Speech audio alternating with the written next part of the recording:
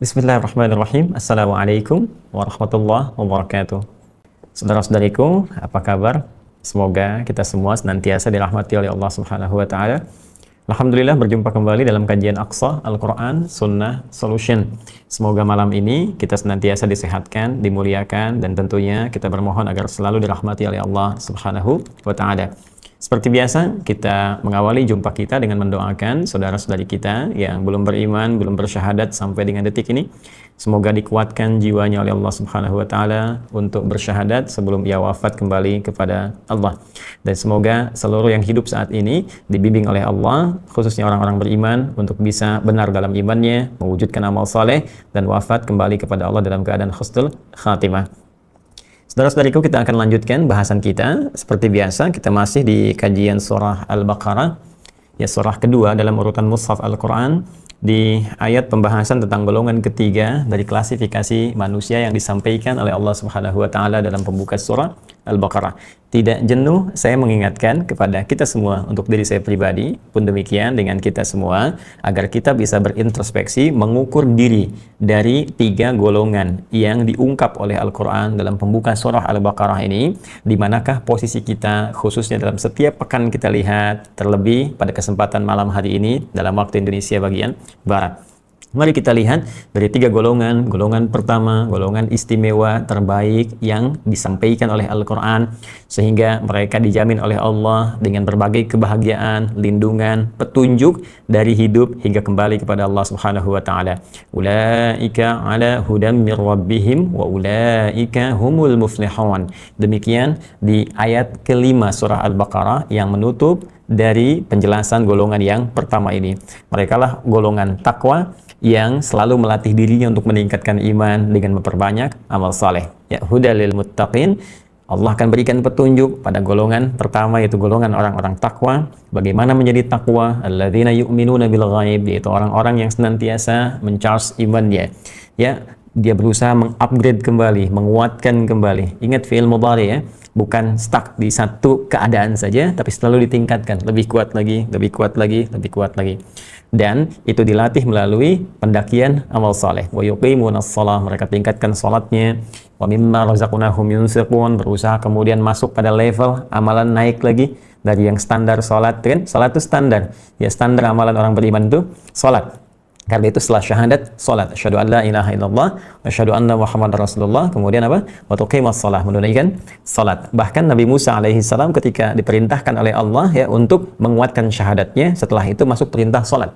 Itu ada di Quran surah ke-20, Thaha ayat ke-14. Ya, innani anallahu la ilaha illa ana fa'budni wa aqimis salata li dzikri. Ya, sungguh aku tegaskan, hanya akulah Allah, Tuhan, tidak ada Tuhan yang layak dipertuhankan dan disembah kecuali aku. Ya, maka sembahlah aku, kata Allah, dan cara menyembahnya tunaikan salat. Ya, supaya tetap ketersambungan, keadaan tersambung dengan aku, kata Allah Subhanahu wa taala. Jadi salat itu standar yang menunjukkan keimanan seseorang.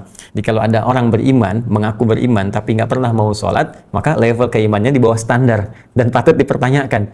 Ya, karena itulah nanti yang standar itu kan jadi ukuran.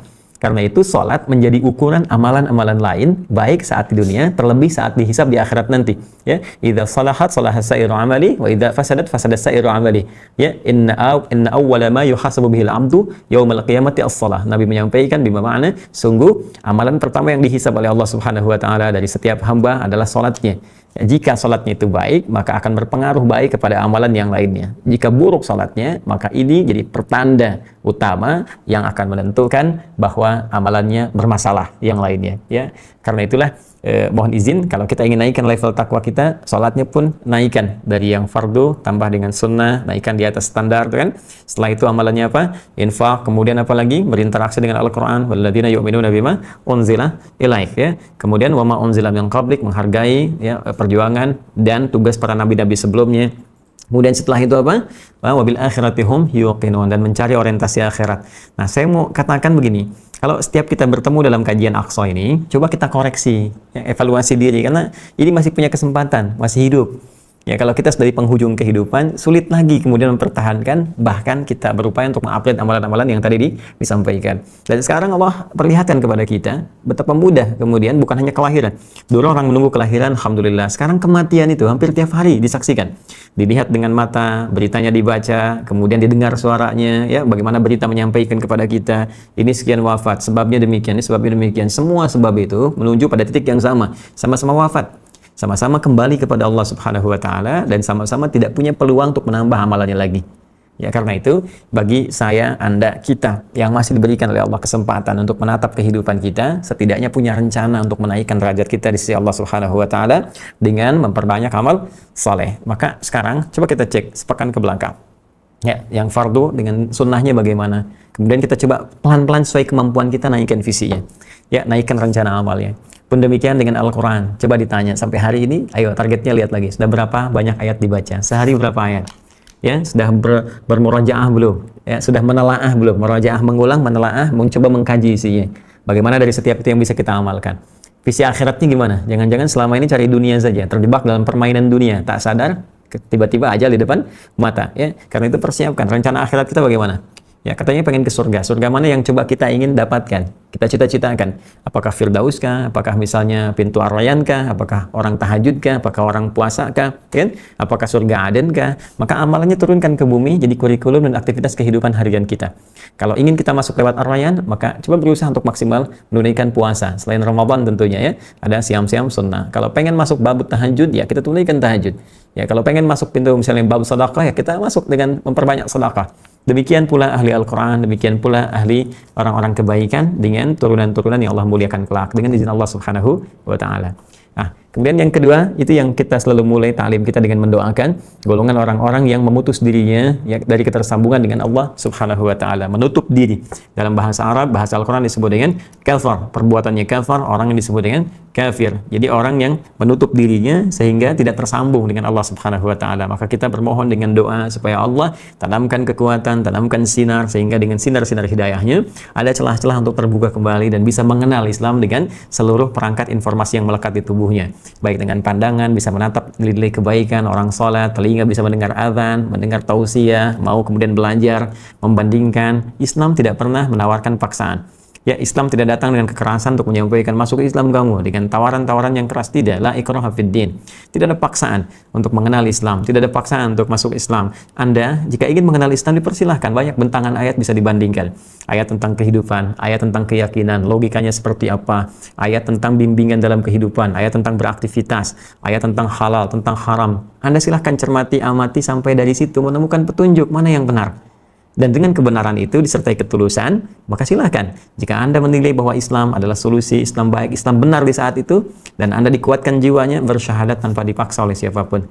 Ya, tapi dengan semua itu pun jika belum mampu kemudian untuk mendekat kepada Allah, ya belum ada kedekatan demikian, maka itu adalah pilihan dengan konsekuensi masing-masing. Dan indah, ya tidak pernah maksa, menawarkan dengan segala hal yang sangat ilmiah dan sangat terbuka, tapi tetap tidak memutus hubungan kebaikan dalam konteks kehidupan duniawi.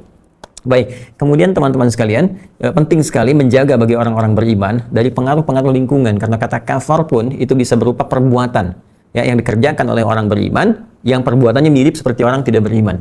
Ya, seperti orang beriman ngaku muslim tapi nggak mau sholat, ya kan? Orang tidak beriman nggak sholat karena nggak ada iman, tapi orang beriman ngaku muslim tidak mau sholat, itu persoalan, ya kan? Kemudian misalnya orang beriman tidak mau zakat, ya karena itu sering saya katakan di Al-Quran itu ada beberapa penegasan dengan menggunakan kata kafar, menyindir secara tegas bagi orang yang mengaku muslim, mengaku beriman, tapi berbuat seperti orang yang tidak beriman. Seperti Quran surah ke-14 ya, Ibrahim ayat ke-7 kan. Wa idz ta'adzana rabbukum la in syakartum la azidannakum wa la in kafartum inna 'adzabi lasyadid. Dan ketika Rabbmu telah menyampaikan, ya kan? Dan ketika Rabbmu telah mengumumkan, memberikan pengetahuan kepada kita semua. La in syakartum, kalau Anda bersyukur pada Allah Subhanahu wa taala.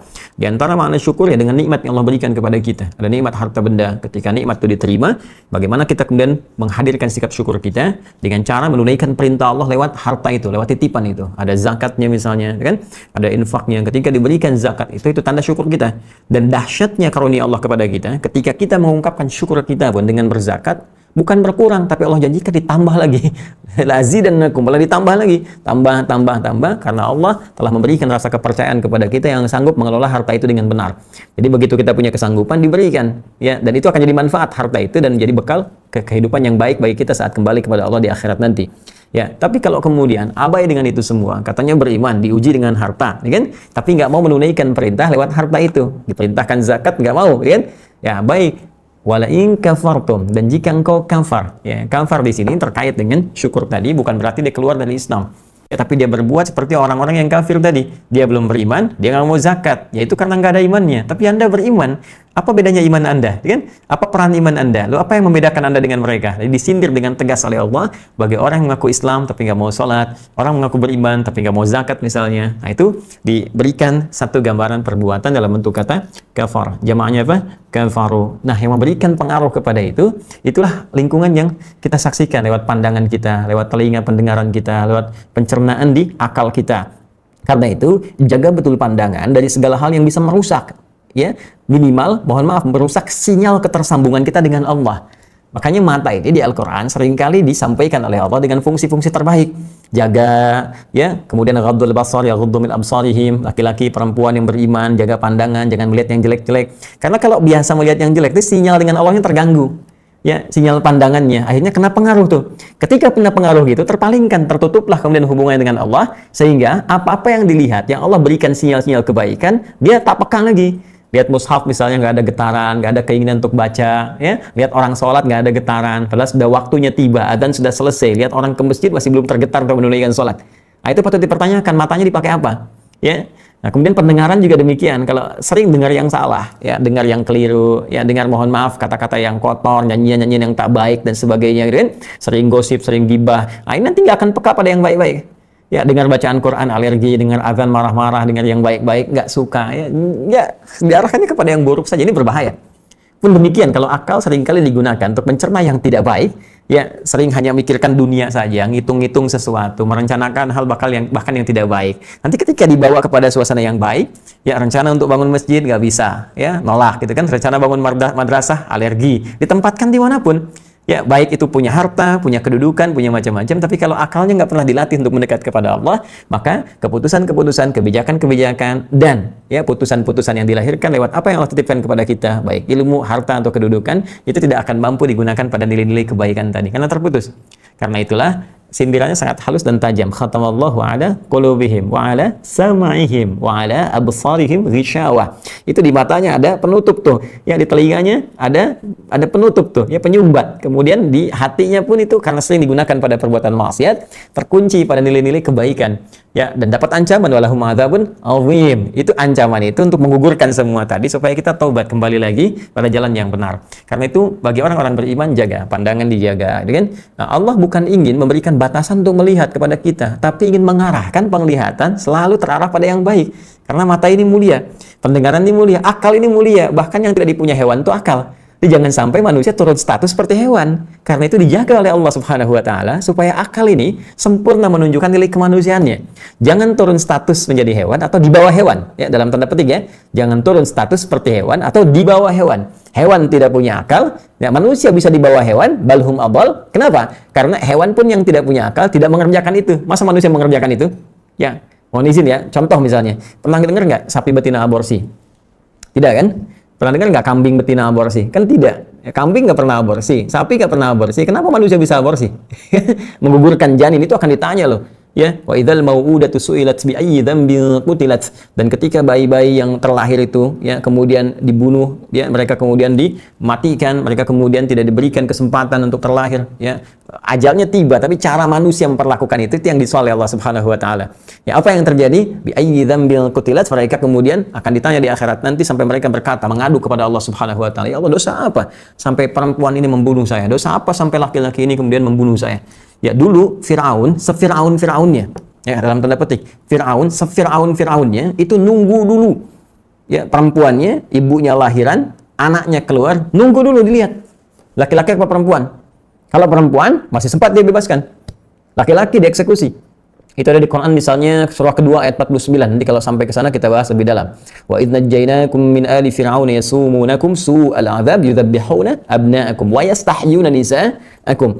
Ya, jadi wa fi dzalikum bala'un min rabbikum 'azim. Kata Allah, ya, kami selamatkan dulu Musa dan para pengikutnya, ya kan? Bagaimana kami selamatkan kalian semua dari kekejaman Firaun. Itu kalau su'al adab itu kalau ada siksaan yang keji, ini yang keji kata Allah tuh. Yang paling keji itu ini. Ya, perempuannya sedang hamil mengandung, kemudian diintai, diawasi, ya, dan didampingi oleh algojo. Ketika lahir, kemudian perempuan dia bebaskan. Kalau laki-laki dia sembelih di hadapan ibu yang baru melahirkannya. Itu disebut oleh Al-Quran sebagai siksa yang paling keji. Nah, manusia sekarang, perhatikan baik-baik, ini sangat jauh dari Firaun. Ya, sangat jauh. Firaun Firaunnya itu masih menunggu bayinya lahir, perempuan bebas. Manusia sekarang dia nggak peduli lahir laki-laki atau perempuan. Bahkan dalam kandungan pun janin harus dihabisi, ya, dalam kondisi-kondisi yang tertentu yang sekarang bahkan kita dengar beritanya. Maka demi Allah saya katakan dosa yang sangat besar, dosa yang sangat besar. Itu dokternya, bidan yang terlibatnya, orangnya dan sebagainya. Kalau dengan sengaja menggugurkan kandungan tidak ada yang dibenarkan oleh syariat, oleh syar'i, ya, bukan karena misalnya ada satu bahaya tertentu, karena kondisi tertentu yang dikonsultasikan baik pada dokter, pada ulama, dan memang dibenarkan hal demikian, maka di luar itu semua adalah dosa yang dipertaruhkan di hadapan Allah Subhanahu wa taala dengan luar biasa, sampai janinnya bicara kepada Allah, yaitu, ya Allah, dosa apa aku sampai dihabisi oleh orang-orang ini sebelum aku tumbuh dengan izin-Mu ya Rabbal Alamin. Nah, teman-teman sekalian, karena itu jaga diri kita baik-baik dari semua hal demikian. Dan golongan ketiga ini yang juga tidak kalah bahayanya, bahkan golongan ini memiliki porsi yang cukup banyak di surah Al-Baqarah pada awal pembukanya dari ayat ke-8 sampai dengan ayat 20. Itu pun baru mukaddimahnya, karena detailnya nanti akan disampaikan kembali, baik dari ciri-cirinya, perbuatannya di masa Nabi mereka bagaimana, kemudian cara kita berinteraksi dengan mereka seperti apa, dan obat yang sesuai untuk mengembalikan mereka pada jalan yang benar, sampai diberikan satu surah untuk menerangkan tentang keadaan mereka, yaitu surah Al-Munafiqun, surah yang ke-63 itu. Golongan ketiga, golongan orang-orang munafik yang terkontaminasi oleh sifat nifak, kita telah bahas di ayat ke-8, 9, 10, ya, kemudian 11, 12, dan 13. Hari ini kita akan masuki pada ayat yang ke-14-nya. Saya ingin tegaskan, bahkan orang munafik yang sangat dikecam oleh Al-Quran, sifat-sifatnya yang tidak biasa itu, ya, sifat-sifatnya yang sangat dicela itu, dalam kondisi nifak pun, ya, terkontaminasi penyakit nifak sehingga menjadi munafik, maka dia masih berhak mendapatkan hidayah Allah Subhanahu wa taala. Perhatikan di sini saya ingin tegaskan bagaimana rahmannya Allah. Ya Rahman, ya Rahman, dengan nilai kasih yang sangat luar biasa. Orang kafir dapat hidayah, orang munafik masih dapat hidayah. Ternyata penjahat sejahat-jahatnya pun masih dapat hidayah. Dan tinggal pilihan mau kembali atau enggak, ya. Pemabuk, pembunuh, pezina dan sebagainya masih ada pilihan untuk kembali jadi baik. Ya, tinggal kita bagaimana menguatkan jiwa kita untuk kembali jadi orang baik. Jadi kalau bisa menjadi saleh, dan itu hak kita untuk saleh. Kenapa memilih salah? Ya, karena itu penting bagi kita untuk menatap kehidupan kita dengan baik, dengan bijak, teman-teman. Sebelum nyawa sampai di kerongkongan, kita masih punya hak dan bisa menuntut hak kita itu lewat ikhtiar kita. Tuntutlah kesolehan kita lewat ikhtiar kita. Buktikan kita masih punya peluang. Ya, jangan dengarkan kemudian bagaimana manusia berkomentar, ya, bagaimana kemudian setan mengarahkan mereka untuk memberikan pengaruh sehingga menghambat kita untuk bertobat, berbuat lebih baik dari sebelum-sebelumnya. Kita punya hak. Anda punya hak, saya punya hak. Jadi kalau ada orang mengatakan kamu ini napi, kamu mantan, kamu pembunuh, ya itu cuma kata-kata saja. Kita masih punya hak untuk balik jadi lebih baik. Tidak semua, ingat baik-baik teman-teman sekalian, tidak semua manusia itu. Bahkan kita bisa katakan sepanjang masih manusia, kalau dia bukan nabi, bukan rasul, pasti pernah berbuat salah dalam hidupnya. Ya, tinggal pilihan bagaimana kita memperbaiki kesalahan itu sehingga kembali pada jalan yang benar, jalan yang baik. Seperti itulah Allah masih berikan kesempatan pada orang-orang munafik pun untuk kembali dengan mengingatkan mereka. Karena itu di ayat 11, wa idza qila lahum la tufsidu fil ardh, jika dikatakan pada mereka, kan? Di ayat ke-13, wa idza qila lahum aminu, jika dikatakan pada mereka, ayat 11 jangan berbuat kerusakan. Ayat ke-13-nya ayo beriman seperti orang-orang beriman dengan benar. Saya sayang kepada kalian semua. Katanya punya iman, gunakan imannya. Ini pertaruhan kita di hadapan Allah. Jadi masih ada pengingat. Ya, hanya kadang-kadang kalau memang penyakitnya sudah terakumulasi dalam jiwa mereka, dalam hati mereka, kadang-kadang responnya datang dengan cara yang tidak menyenangkan atau bahkan dengan cela-celaan, ya. Ya, sampai mereka mengatakan apakah kami harus beriman seperti orang-orang yang bodoh. Dia jadi orang beriman itu disebut orang bodoh. Orang yang sholat orang bodoh, menghafal Quran orang bodoh, orang zakat orang bodoh, kan? Nah, ini artinya masih terakumulasi penyakit dalam dirinya. Tapi dalam kondisi itu pun tetap dia masih punya peluang untuk kembali bertobat sepanjang nyawanya belum sampai ke kerongkongan. Nah, kita sekarang ingin tambahkan kembali bagaimana karakteristik orang-orang munafik ini yang ketika dinasihati di depan kita kadang-kadang bisa mendengar tapi dengarnya responnya dengan cara yang tidak menyenangkan atau kembali dalam keadaan yang tidak disukai oleh Allah Subhanahu wa taala. Sekarang kita akan teruskan pada ayat yang ke-14 untuk mengenal lebih jauh karakteristik mereka ketika tidak sedang bersama kita. Jadi bagaimana ketika bersama kita? Kalau dinasihati, kemarin kan sudah, Ya, ayat 11 sampai dengan ke ayat ke-13. Jadi kalau kita menemukan ada tanda-tanda kemunafikan, ya, ciri-ciri orang munafik yang disampaikan Nabi sallallahu alaihi wasallam di pertemuan lalu telah saya bahas juga, ya. Di antaranya idza hadatsa kadzdzaba, jika berbicara seringnya dusta, ini kan. Jika diberikan amanah wa idza tu'mina khana, seringkali menyalahi, gitu kan. Wa idza wa'ada akhlafa, kalau berjanji mengingkari. Itu kan tanda-tanda dasar. Tapi yang paling berbahaya kalau terkumpul itu semua, kemudian mohon maaf sekali masuk ke dalam jiwanya, mengaruhi dengan kotor, bahkan puncaknya bisa menyoal agamanya sendiri. Katanya muslim tapi menyoal nilai-nilai keislaman, katanya beriman tapi menyoal orang-orang yang beriman. Dan kalau dinasehati, kemarin kita sudah katakan, kalau terkontaminasi virusnya semakin banyak, virus nifaknya, dinasehati itu bisa balik, ya, balik ngeles, tapi ngelesnya dengan cara yang tidak berfaedah, seperti jangan merusak, kami ini kan sedang mengajukan perbaikan, menampilkan kebaikan-kebaikan. Ya, ayolah beriman seperti yang lain. Mereka itu cuma orang bodoh saja. Bahasa dulu seperti itu.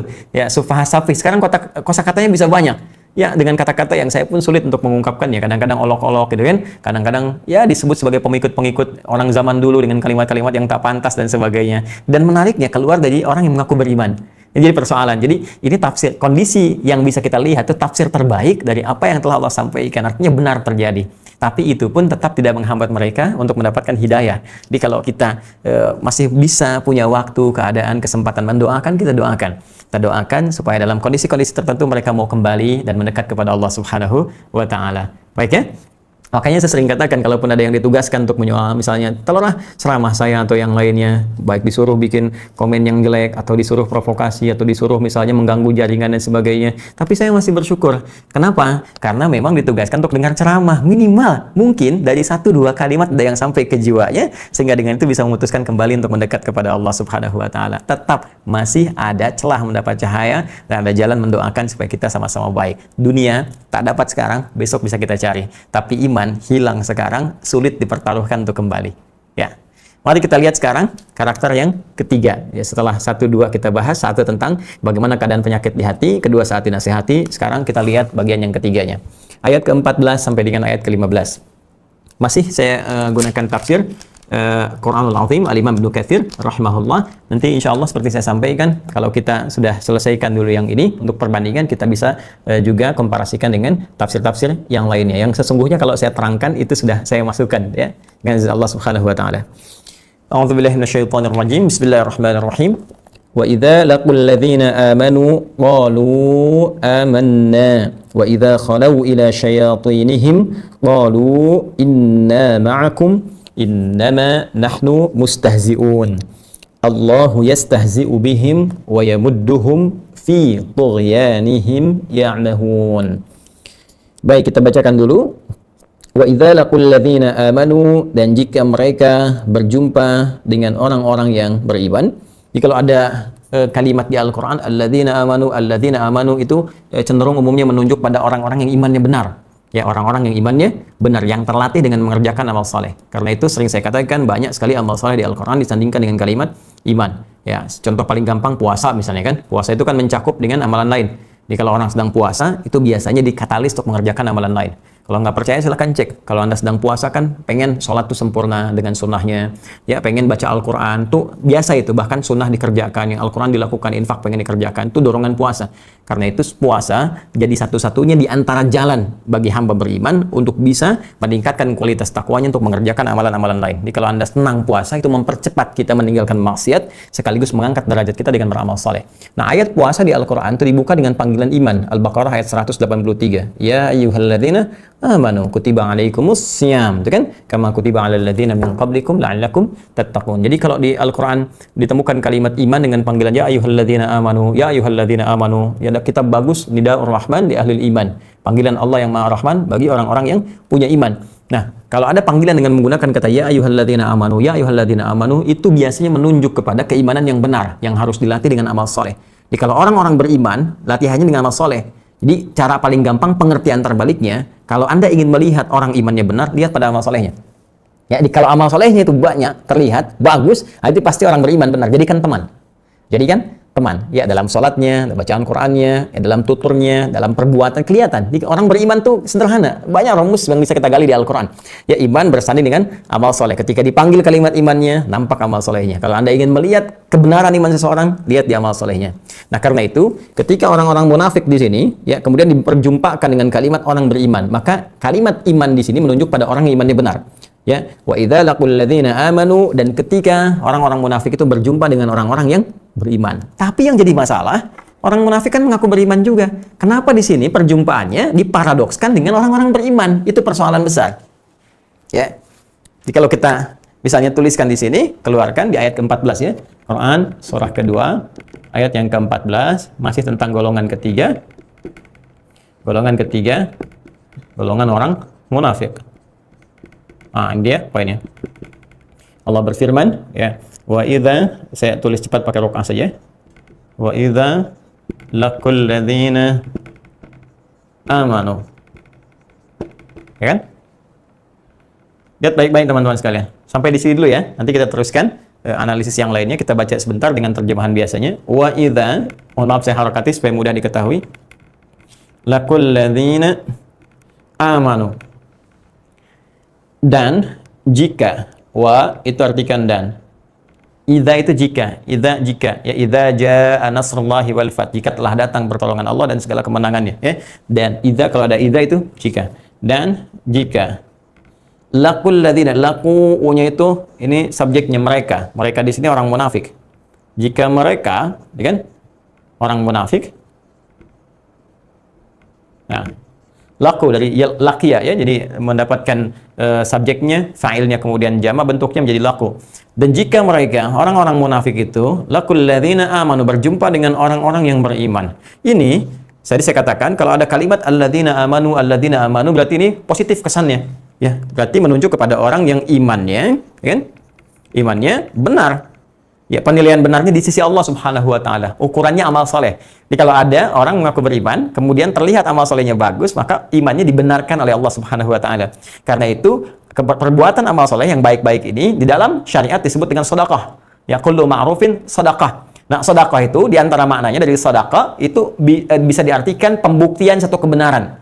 Ya, pembuktian itu kebenaran. Jadi banyak artinya. Ya, sedekah itu bisa jujur. Karena itu kejujuran disebut dengan siddiq. Ya, pembenaran juga bisa, ya, sesuatu yang membenarkan sebuah keyakinan. Jadi kenapa disebut sedekah, amalan itu, perbuatan baik itu untuk membuktikan kebenaran iman.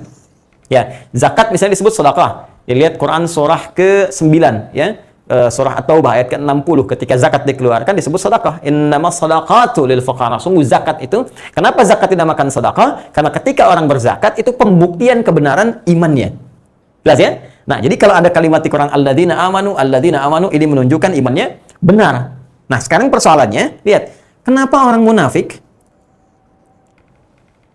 digambarkan paradoks dengan orang yang imannya benar? Wa idza laqul ladzina amanu, ketika orang itu bertemu dengan orang-orang yang beriman. Ya, ketika orang-orang itu bertemu dengan orang yang beriman, seakan-akan orang munafik ini tidak diakui oleh Allah keimanannya. Ya, seakan-akan ingin memberikan kesan ada yang tidak benar dalam imannya. Tidak benar. Nah, ini poinnya. Jadi hati-hati. Ketika nampak tanda-tanda yang tidak baik, sering menyoal misalnya nilai-nilai keislaman, sering menyoal orang-orang Islam padahal dia muslim juga, nampak tanda-tanda jelek yang seperti telah kita bahas di pertemuan yang lalu, ini menandakan iman yang dimiliki, yang diklaim itu tidak dibenarkan oleh Allah Subhanahu wa ta'ala. Lantas bagaimana lanjutan dan konsekuensi dari semua ini? Ya, dari iman yang bermasalah itu kita akan lihat nanti setelah menunaikan sholat Isya berjamaah. Sementara kita jeda menunaikan sholat Isya berjamaah, setelah Isya kita lanjutkan kembali dan semoga Allah meridhai apa yang tengah kita pelajari sampai dengan malam hari ini. Subhanakallahumma wabihamdika asyhadu an la ilaha illa anta astaghfiruka wa atubu ilaik. Assalamualaikum warahmatullahi wabarakatuh. Saudara-saudariku, terhubung kembali dalam tayangan Aqsa Al-Quran Sunnah Solution. Alhamdulillah, kita telah menunaikan sholat Isya berjamaah waktu Indonesia bagian Barat. Kita bermohon pada Allah Subhanahu wa ta'ala, semoga sholat yang telah ditunaikan beserta amalan yang menyertainya diterima oleh Allah Subhanahu wa ta'ala. Pun demikian, kita turut mendoakan bagi saudara-saudari kita yang tersambung lewat saluran Adi Hidayat Official, terkhusus baik di Indonesia ataupun di luar Indonesia. Tercatat hadir bersama kami saudara-saudariku dari Austria, dari Jepang, Malaysia, Taiwan, Kanada, Arab Saudi, Uni Emirat Arab, Hong Kong, dan beberapa negara-negara lain. Semoga Anda senantiasa dirahmati oleh Allah Subhanahu wa Ta'ala, dan nasihat kami senantiasa konsisten pada kebaikan. Jika telah mendekat waktu sholat, dipersiapkan untuk menunaikan dengan penuh kekhusyuan, dan semoga sholat kita diterima oleh Allah Subhanahu wa Ta'ala. Mohon izin berkenan untuk melanjutkan kembali apa yang telah kita uraikan dari ba'da maghrib sampai dengan ke Isya tadi. Di ayat ke-14, Allah Subhanahu wa Ta'ala memberikan gambaran tentang perilaku orang-orang munafik yang terkontaminasi oleh penyakit nifak. Setelah sebelumnya disampaikan tentang siapa orang munafik itu, bagaimana keadaan hatinya, bagaimana cara kita menasihati mereka walaupun mendapatkan jawaban yang barangkali kurang menyenangkan kita terima. Dan saat ini kita akan masuk pada pemaparan Al-Quran tentang keadaan mereka ketika bersama orang beriman dan ketika tidak sedang menyertai mereka. Bagaimana Al-Quran menyampaikan, kita telah menyimak tadi sebagian dari paparan potongan ayatnya. Allah berfirman di Quran surah kedua Al-Baqarah ayat ke-14, kita bacakan kembali. A'udzubillahi minasyaitonirrajim. Wa idza laqul ladzina amanu qalu amanna wa idza khalau ila syayatinihim wa idza khalau ila syayatinihim qalu inna ma'akum innama nahnu mustahzi'un. Kita tadi telah uraikan teman-teman sekalian, ada yang sangat menarik. Pertama, Al-Quran mengungkapkan diksi yang penting bagi kita semua untuk menghadirkan perhatian yang dalam. Wa idza laqul ladzina amanu di ayat ke-14 di pembukanya, dan jika orang-orang munafik itu, ya kan, berjumpa alladzina amanu dengan orang-orang yang beriman. Tadi telah kami uraikan menjelang Isya bahwa diksi alladzina amanu di dalam Al-Qur'an ini menunjuk kepada orang-orang yang oleh Allah dinilai benar imannya. Ya, ini diksinya positif. Jadi kalau ada kalimat amanu, alladzina amanu, ya ayyuhalladzina amanu, ya ayyuhalladzina amanu, ini adalah panggilan ya kepada kalangan orang-orang beriman sekaligus menetapkan kebenaran imannya yang dapat terlihat melalui amal solehnya. Ya, karena itu di Al-Quran diksi kalimat iman, bahkan alladzina amanu, itu disandingkan seringkali dengan amal soleh. Yang paling biasa kita hafalkan, ya kan, surat paling favorit selain An-Nas, Al-Falaq, Al-Ikhlas, ya, bukankah Al-Asr, Quran surah 103 itu juga favorit kan? Wal asr innal insana lafi khusr illa alladzina amanu wa hamilus shalihat. Nah, perpaduan antara iman yang benar, ya, alladzina amanu, dan amal soleh, amilus shalihat, ini adalah formulasi terbaik sebagai bekal untuk mengantarkan kita meraih rahmat Allah dan mendapatkan surga. Surga diraih dengan rahmat Allah. Rahmat Allah diikhtiarkan dengan iman dan amal soleh. Mesti keduanya. Seperti sayap burung. Seperti dua sayap pesawat terbang. Satu bermasalah, tak bisa terbang. Keduanya mesti seimbang. Ya, iman kanannya, kiri amal solehnya. Bersamaan terbang menuju rahmat Allah Subhanahu wa Ta'ala, mendapatkan surga yang dijanjikan. Karena itu, kalimat surga pertama yang disampaikan dalam Al-Quran dengan ragam pilihannya berbentuk jama', itu diawali dengan sandingan alladzina amanu, pemilik iman yang benar, plus wa amilus shalihat, amal soleh yang nampak dari pembuktian imannya. Perhatikan Quran surah kedua Al-Baqarah ayat 25. Nanti kalau sudah masuk ke ayatnya kita perdalam.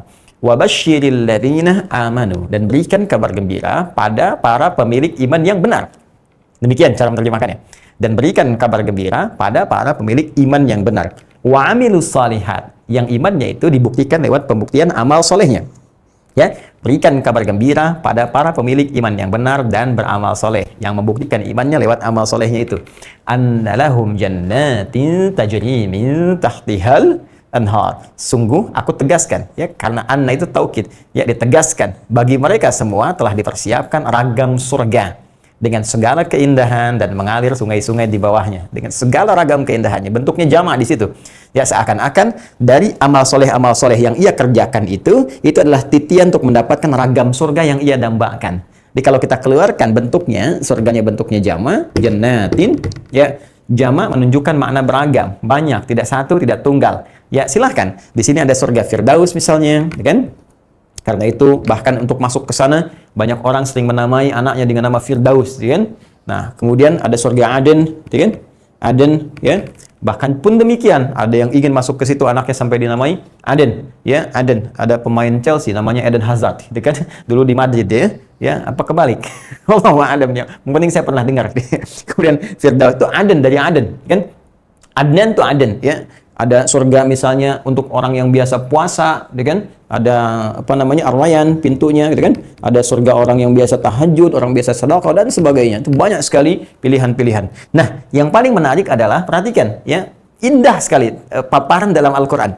Formulasi tawaran surga ini dengan beragamnya, itu kemudian diukur dengan peningkatan amal soleh sesuai dengan harapan ini. Ya, jadi kalau kita ingin masuk ke surga Firdaus misalnya, tinggal diturunkan apa amalan para penghuni surga Firdaus. Ya, misal lihat di pembuka surah ke-23 Al-Mu'minun, ya kan? Kalau kita lihat dari ayat 1 sampai dengan ayat ke-9, ya itu kan paparannya sangat jelas, ya kan? Ya, qad aflahal mu'minun alladzina hum fi salatihim khashi'un, sampai ke kalimat, perhatikan diksi Al-Qur'annya, ulaika humul warithun alladzina yarithunal firdaus hum fiha khalidun. Mereka itulah para pewaris surga Firdaus. Jadi, calon penghuni surga Firdaus yang tengah beraktivitas di bumi. Masya Allah, ya kan? Siapa mereka? Itu yang mengerjakan amal solehnya, runtut sampai ke pembuka ayatnya, Quran surah Al-Mu'minun itu. Salatnya rajin dijaga, meninggalkan perbuatan yang sia-sia, zakatnya ia penuhi, meninggalkan perbuatan yang tidak terhormat, dan sebagainya. Ya? Itu rinciannya. Maka ketika hidup di bumi, ya sudahlah, nggak usah sulit-sulit. Ini aja yang dikerjakan. Kalau pengen ke surga Firdaus. Kalau harapannya ke surga Firdaus, turunkan aja amalannya. Ini yang diistiqomahi. Ya, konsisten, komitmen mengerjakan amalan-amalan itu. Jadi apapun kita, ya. Jadi pejabat yang senang sholat misalnya kan, tepat waktu ditunaikan, menjauhi perbuatan yang tidak baik, jauhi perbuatan yang tidak terhormat. Jadi hartawan pengusaha demikian, ya kan? Jadi pelajar demikian, mahasiswa demikian, jadi ustadz demikian, turunkan. Pengen ke surga Aden apa misalnya amalannya, turunkan di sini. Ar-Rayyan apa yang seluas langit dan bumi apa, terus, ya.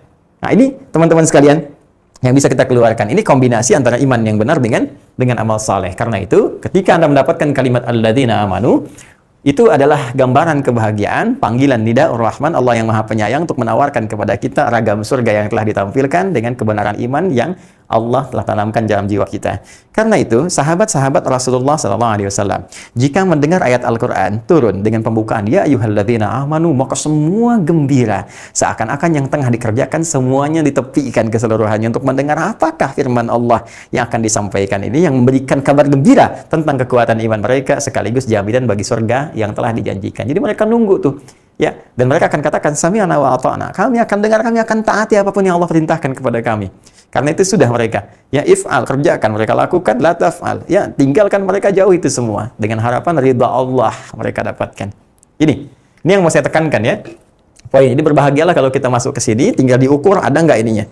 Ya, kalau ininya ada, kita bisa maksimalkan, maka berbahagialah. Ayat-ayat ini sedianya untuk kita, ya hamba-hamba Allah dengan izin Allah Subhanahu wa taala. Nah, apa yang jadi persoalan? Yang jadi persoalan adalah ketika orang-orang munafik ini itu dikontrakkan oleh Allah secara langsung. Kan? Perhatikan kalimatnya. Wa idza laqul ladzina, ketika orang-orang munafik itu, ya, dan jika orang-orang munafik itu berjumpa dengan orang-orang yang imannya benar. Nah, kalau ini dikontrakkan, ya, mereka berjumpa dengan orang-orang yang imannya benar. Artinya apa? Mafhum mukhalafah, pengertian terbaliknya, ini orang munafik ini imannya nggak benar. Ya, imannya nggak benar. Dan inilah dahsyatnya Al-Quran. Adilnya Allah di sini. Allah tidak mengatakan langsung ini orang nggak beriman karena lisannya aku beriman. Nanti dia menyoal Tuhan, saya beriman kok Allah, kan? Nah, kalau orang-orang yang memang mengaku tidak beriman, langsung redaksinya, ini kafir, ini tidak beriman. Sederhana, selesai, ya kan? Baik, tapi pernyataannya ketika disampaikan, ya, diksi kalimatnya dengan mengatakan orang-orang munafik, dan ketika mereka berjumpa dengan orang-orang yang imannya benar, ini ingin menunjukkan bahwa mereka memang mengklaim beriman, di lisannya mengatakan, saya beriman, saya Islam kok, cuma imannya bermasalah. Ada penyakit, ya kan? Di mana penyakitnya? Balik ke ayat 10. Karena iman itu keyakinan, keyakinan ada di hati, hati disebut dengan qalbun, jamaknya qulub. Ya kan? Ayat 10 mengatakan fi qulubihim marad, di hati mereka ada penyakit. Jelas ya? Karena itu imannya cuma nyampe lisan. Perhatikan betul ya apa yang saya uraikan, karena nanti kalau kita bikin tabel atau urutan-urutannya akan nyambung satu dengan yang lainnya, ya. Pelan-pelan kita uraikan. Di orang munafik itu, nah, imannya cuma nyampe di lisan. Tidak mengalir, menyambung dan bersemayam dalam jiwa mereka, dalam hatinya, dalam kolbunya, nggak nyampe ke kolbu nih, ya, cuma nyampe lisan aja, cukup di lisan, ya, ketika mereka mengatakan asyhadu an la ilaha illallah wa asyhadu anna muhammadar rasulullah, muslim, beriman, di lisan, nggak nyampe ke hati. Ya, sedangkan hati, qalbu itu pusat keyakinan. Kalau sudah yakin di sini, maka ini akan digerakkan seluruh tubuh. Anda kan kalau sudah yakin dengan sesuatu hal, itu pasti semua diperintahkan untuk mengerjakan sesuatu. Coba, kalau Anda misalnya dikatakan, "Hei, disampaikan ke kita informasi yang sangat yakin, valid. Besok nanti khutbah Jumat misalnya di tempat A, ustadznya si fulan, ya. Nanti Anda misalnya dapat informasinya benar, sampai ke hati Anda, yakin Anda, itu diperintah kaki Anda, tangan Anda pengen ke sana, pengen berangkat dan sebagainya. Bisa jadi demikian. Di apapun yang melekat pada jiwa kita telah kita yakini, maka perintahnya jelas ke seluruh anggota tubuh kita untuk mengerjakan. Ya. Paham sampai sini? Silakan cek.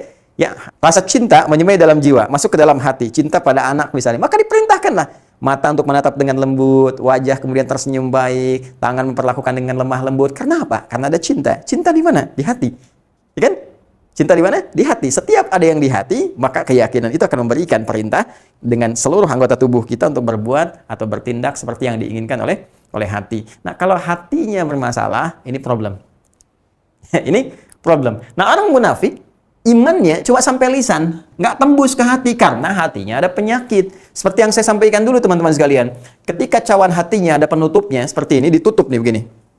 Ini penutupnya penyakit. Orang munafik nih, fi qulubihim marad, ada penyakit di hatinya. Maka iman itu susah masuk. Nggak tembus cahaya itu. Ya, nggak tembus. Ini persoalan. Ya, jadi persoalan. Karena itu, ingin kita tegaskan bahwa ketika kalimat iman itu cuma sampai lisan, sedangkan fungsi lisan itu hanya untuk bertutur, bicara.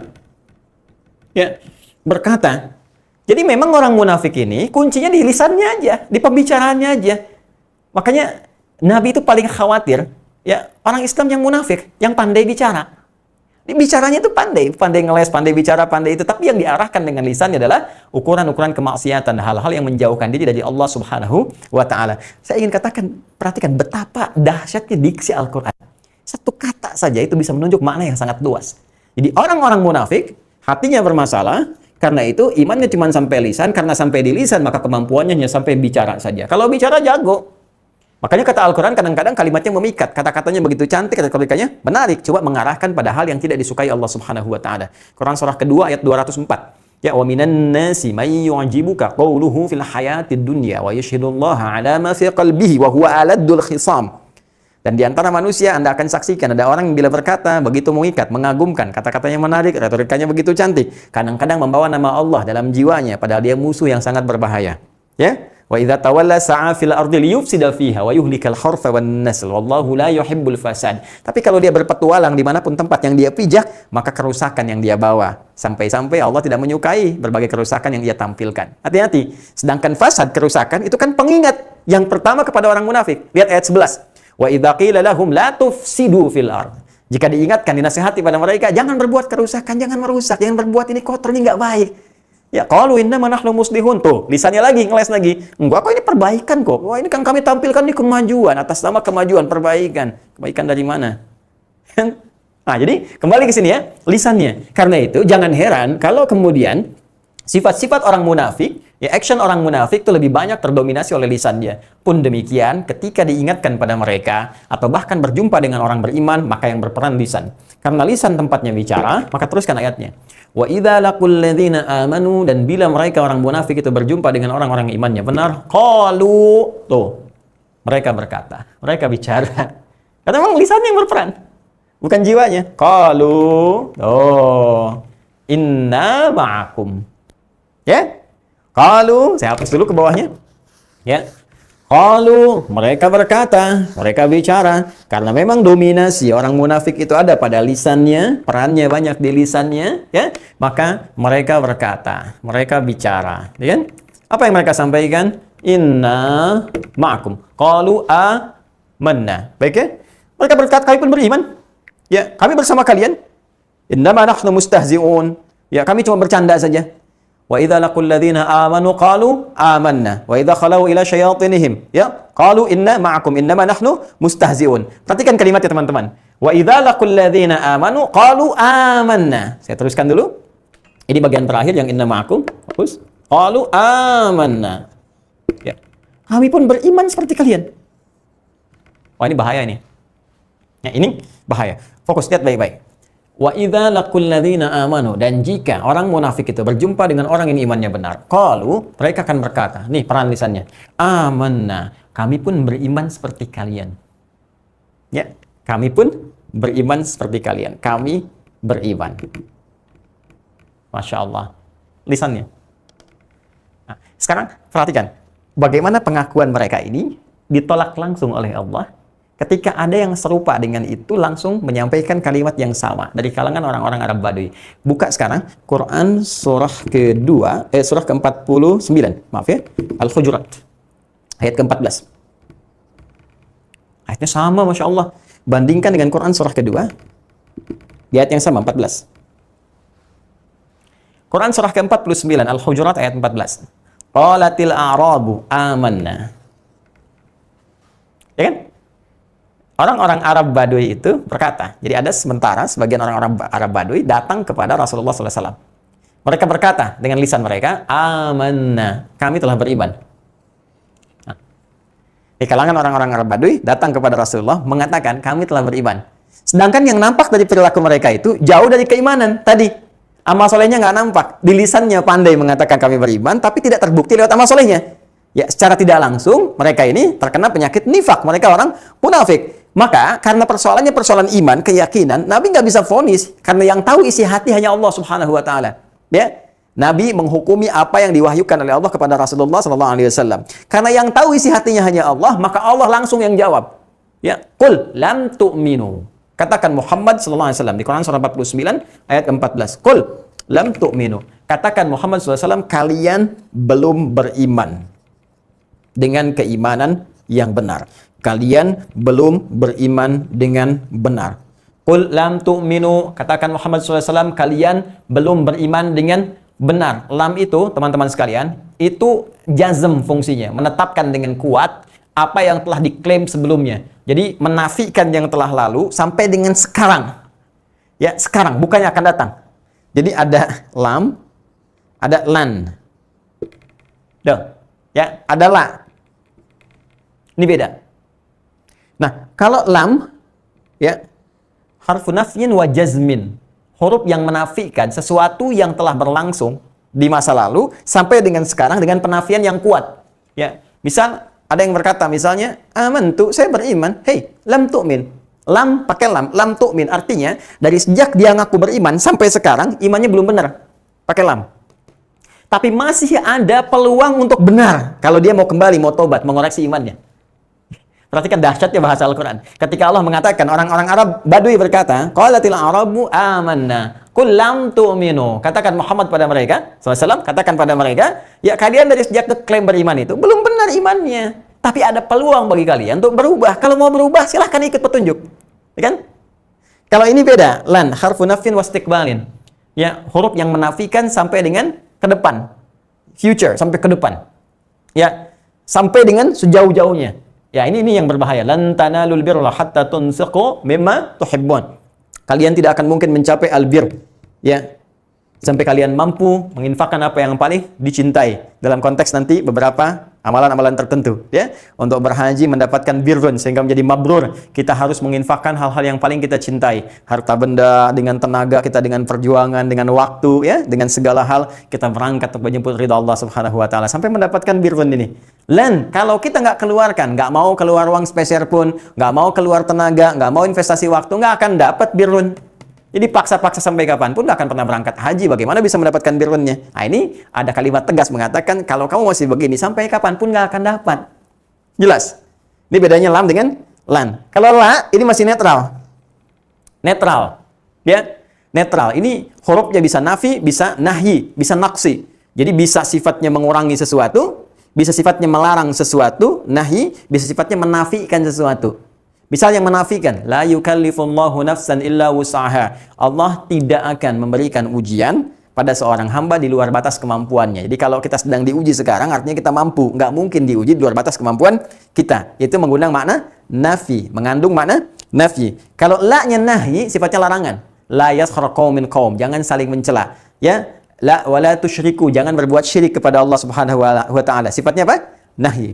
Naqsi, mengurangi sesuatu. Ya, jadi berkurang nilainya. Biasanya sifatnya setelahnya pakai fathah harakatnya. La hijrata ba'dal fathi. Tidak ada lagi hijrah setelah ada penaklukan ini. Ya maksudnya apa? Kalau sudah menetap di tempat yang baik, Mekah sudah bagus, sudah baik, pahala sholat banyak di situ. Maka jangan pindah lagi sehingga kita menemukan komunitas baru dan adaptasi lagi. Ya, ini kalau kita dibawa spiritnya keluar ke Indonesia misalnya. Anda tinggal di satu komplek, ya tempatnya bagus, ada masjidnya, tempat taklimnya, orang-orangnya baik, maka usahakan terus di situ.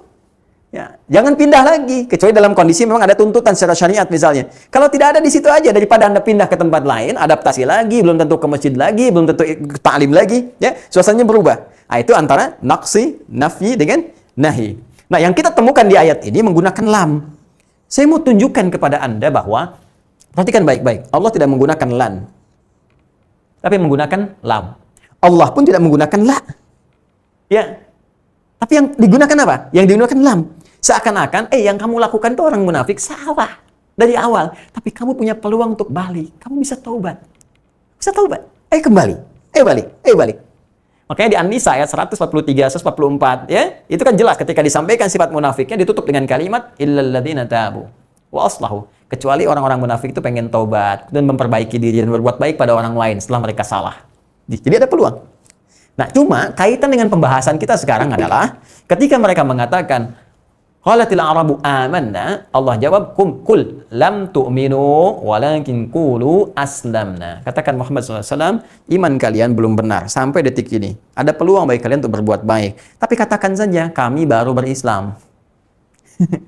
Kami baru masuk Islam dan Islamnya amatiran. Islam amatir. Ya. Kalau masuk sinetron di KTP, Islam KTP. Jadi KTP-nya Islam, di perbuatannya keluar dari nilai-nilai keislaman. Mohon maaf ya, teman-teman sekalian, dengan bahasa ini diksi yang penting yang disampaikan dalam Al-Quran. Jadi, orang-orang munafik ini, itu langsung, walaupun diklaim dengan lisannya, kami beriman, kami bersama kalian, tapi klaim ini langsung ditolak. Dan yang menolak, Allah Subhanahu wa Ta'ala. Ya.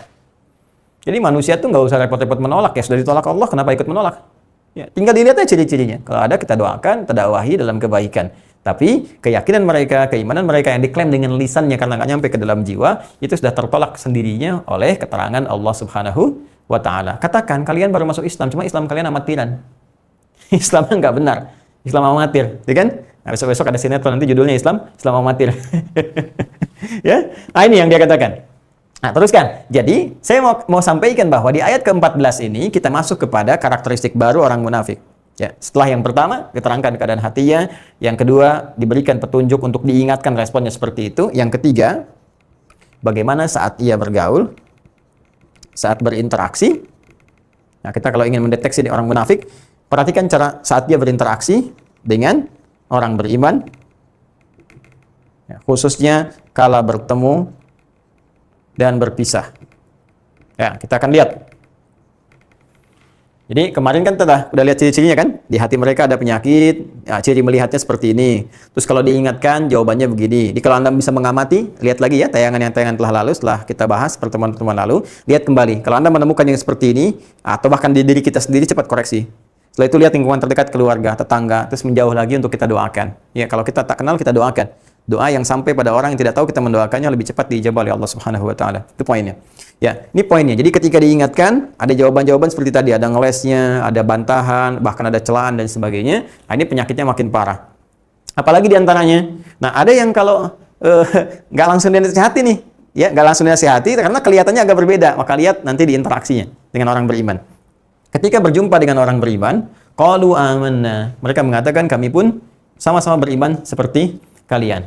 Nah, tapi pertanyaannya adalah ketika mereka berjumpa dengan orang beriman, ketika bertemu dengan orang beriman, mereka seakan-akan berada dalam suasana yang sama, suasana serupa, bisa tertawa bersama, bisa senang bersama, kan? Bisa berbagi bersama, bisa saling salam-salaman, dan senyum-senyum sama-sama. Kenapa? Kita baca tafsirnya dulu, nanti kita akan teruskan kembali. Yuk kita lihat.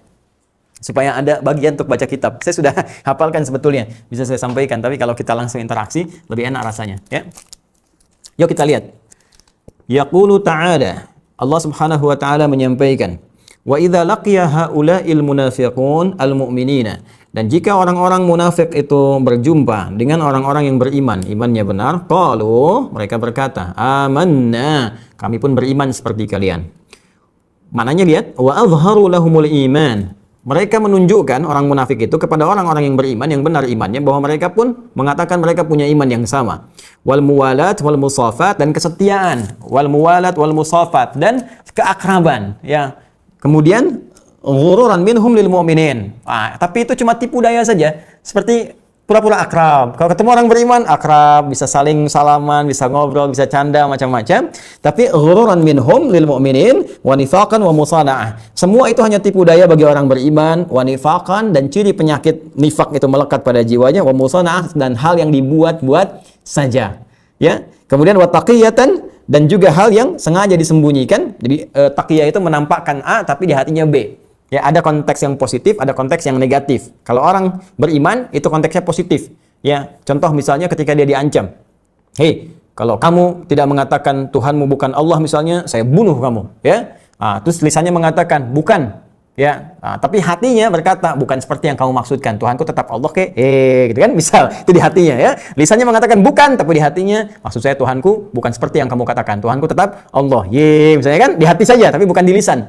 Nah, maka kalimat seperti itu disebut dengan taqiyah yang positif untuk menghindari satu ancaman. Orang munafik berbeda. Kebalik di hatinya kotor, ya kan? Nampaknya baik di lisannya. Ya, nampaknya baik, mengatakan misalnya, oh, mas saya juga seperti kalian nih, beriman nih, insya Allah kita begini, begitu, tapi di hatinya terbalik. Ya, nggak sama dengan kalian, aku benci dengan kalian, kalau bisa kalian tuh mati duluan, dan sebagainya. Nah, kalau bisa kalian begini, kalian begitu, dan sebagainya. Nah, itu hal-hal yang buruk di jiwanya, tapi disampaikan dengan lisannya seperti halnya yang benar. Kemudian, waliyushrikuhum fima asabu min khairin wa maghnamin. Nah, sebetulnya itu cuma tipu daya saja, kamuflase, ya, supaya mereka bisa berkumpul dengan orang-orang beriman fima asabu min khairin wa maghnamin. Ya, untuk meraih apa yang mereka orang beriman dapatkan dari segala hal yang baik-baik dan hal-hal yang bisa mereka dapatkan dari satu kemuliaan. Ya, jadi materi, maghnam itu bisa materi sifatnya. Jadi memang begitu. Allahu akbar, ini mudah-mudahan kita dihindarkan ya oleh Allah Subhanahu wa taala tanda-tanda demikian. Jadi orientasi orang-orang munafik itu memang materi. Ya, materi. Bisa di harta, bisa di kedudukan, bisa di macam-macam. Jadi untuk meraih satu materi tertentu, bisa jadi harta, dia bisa dekati orang-orang beriman.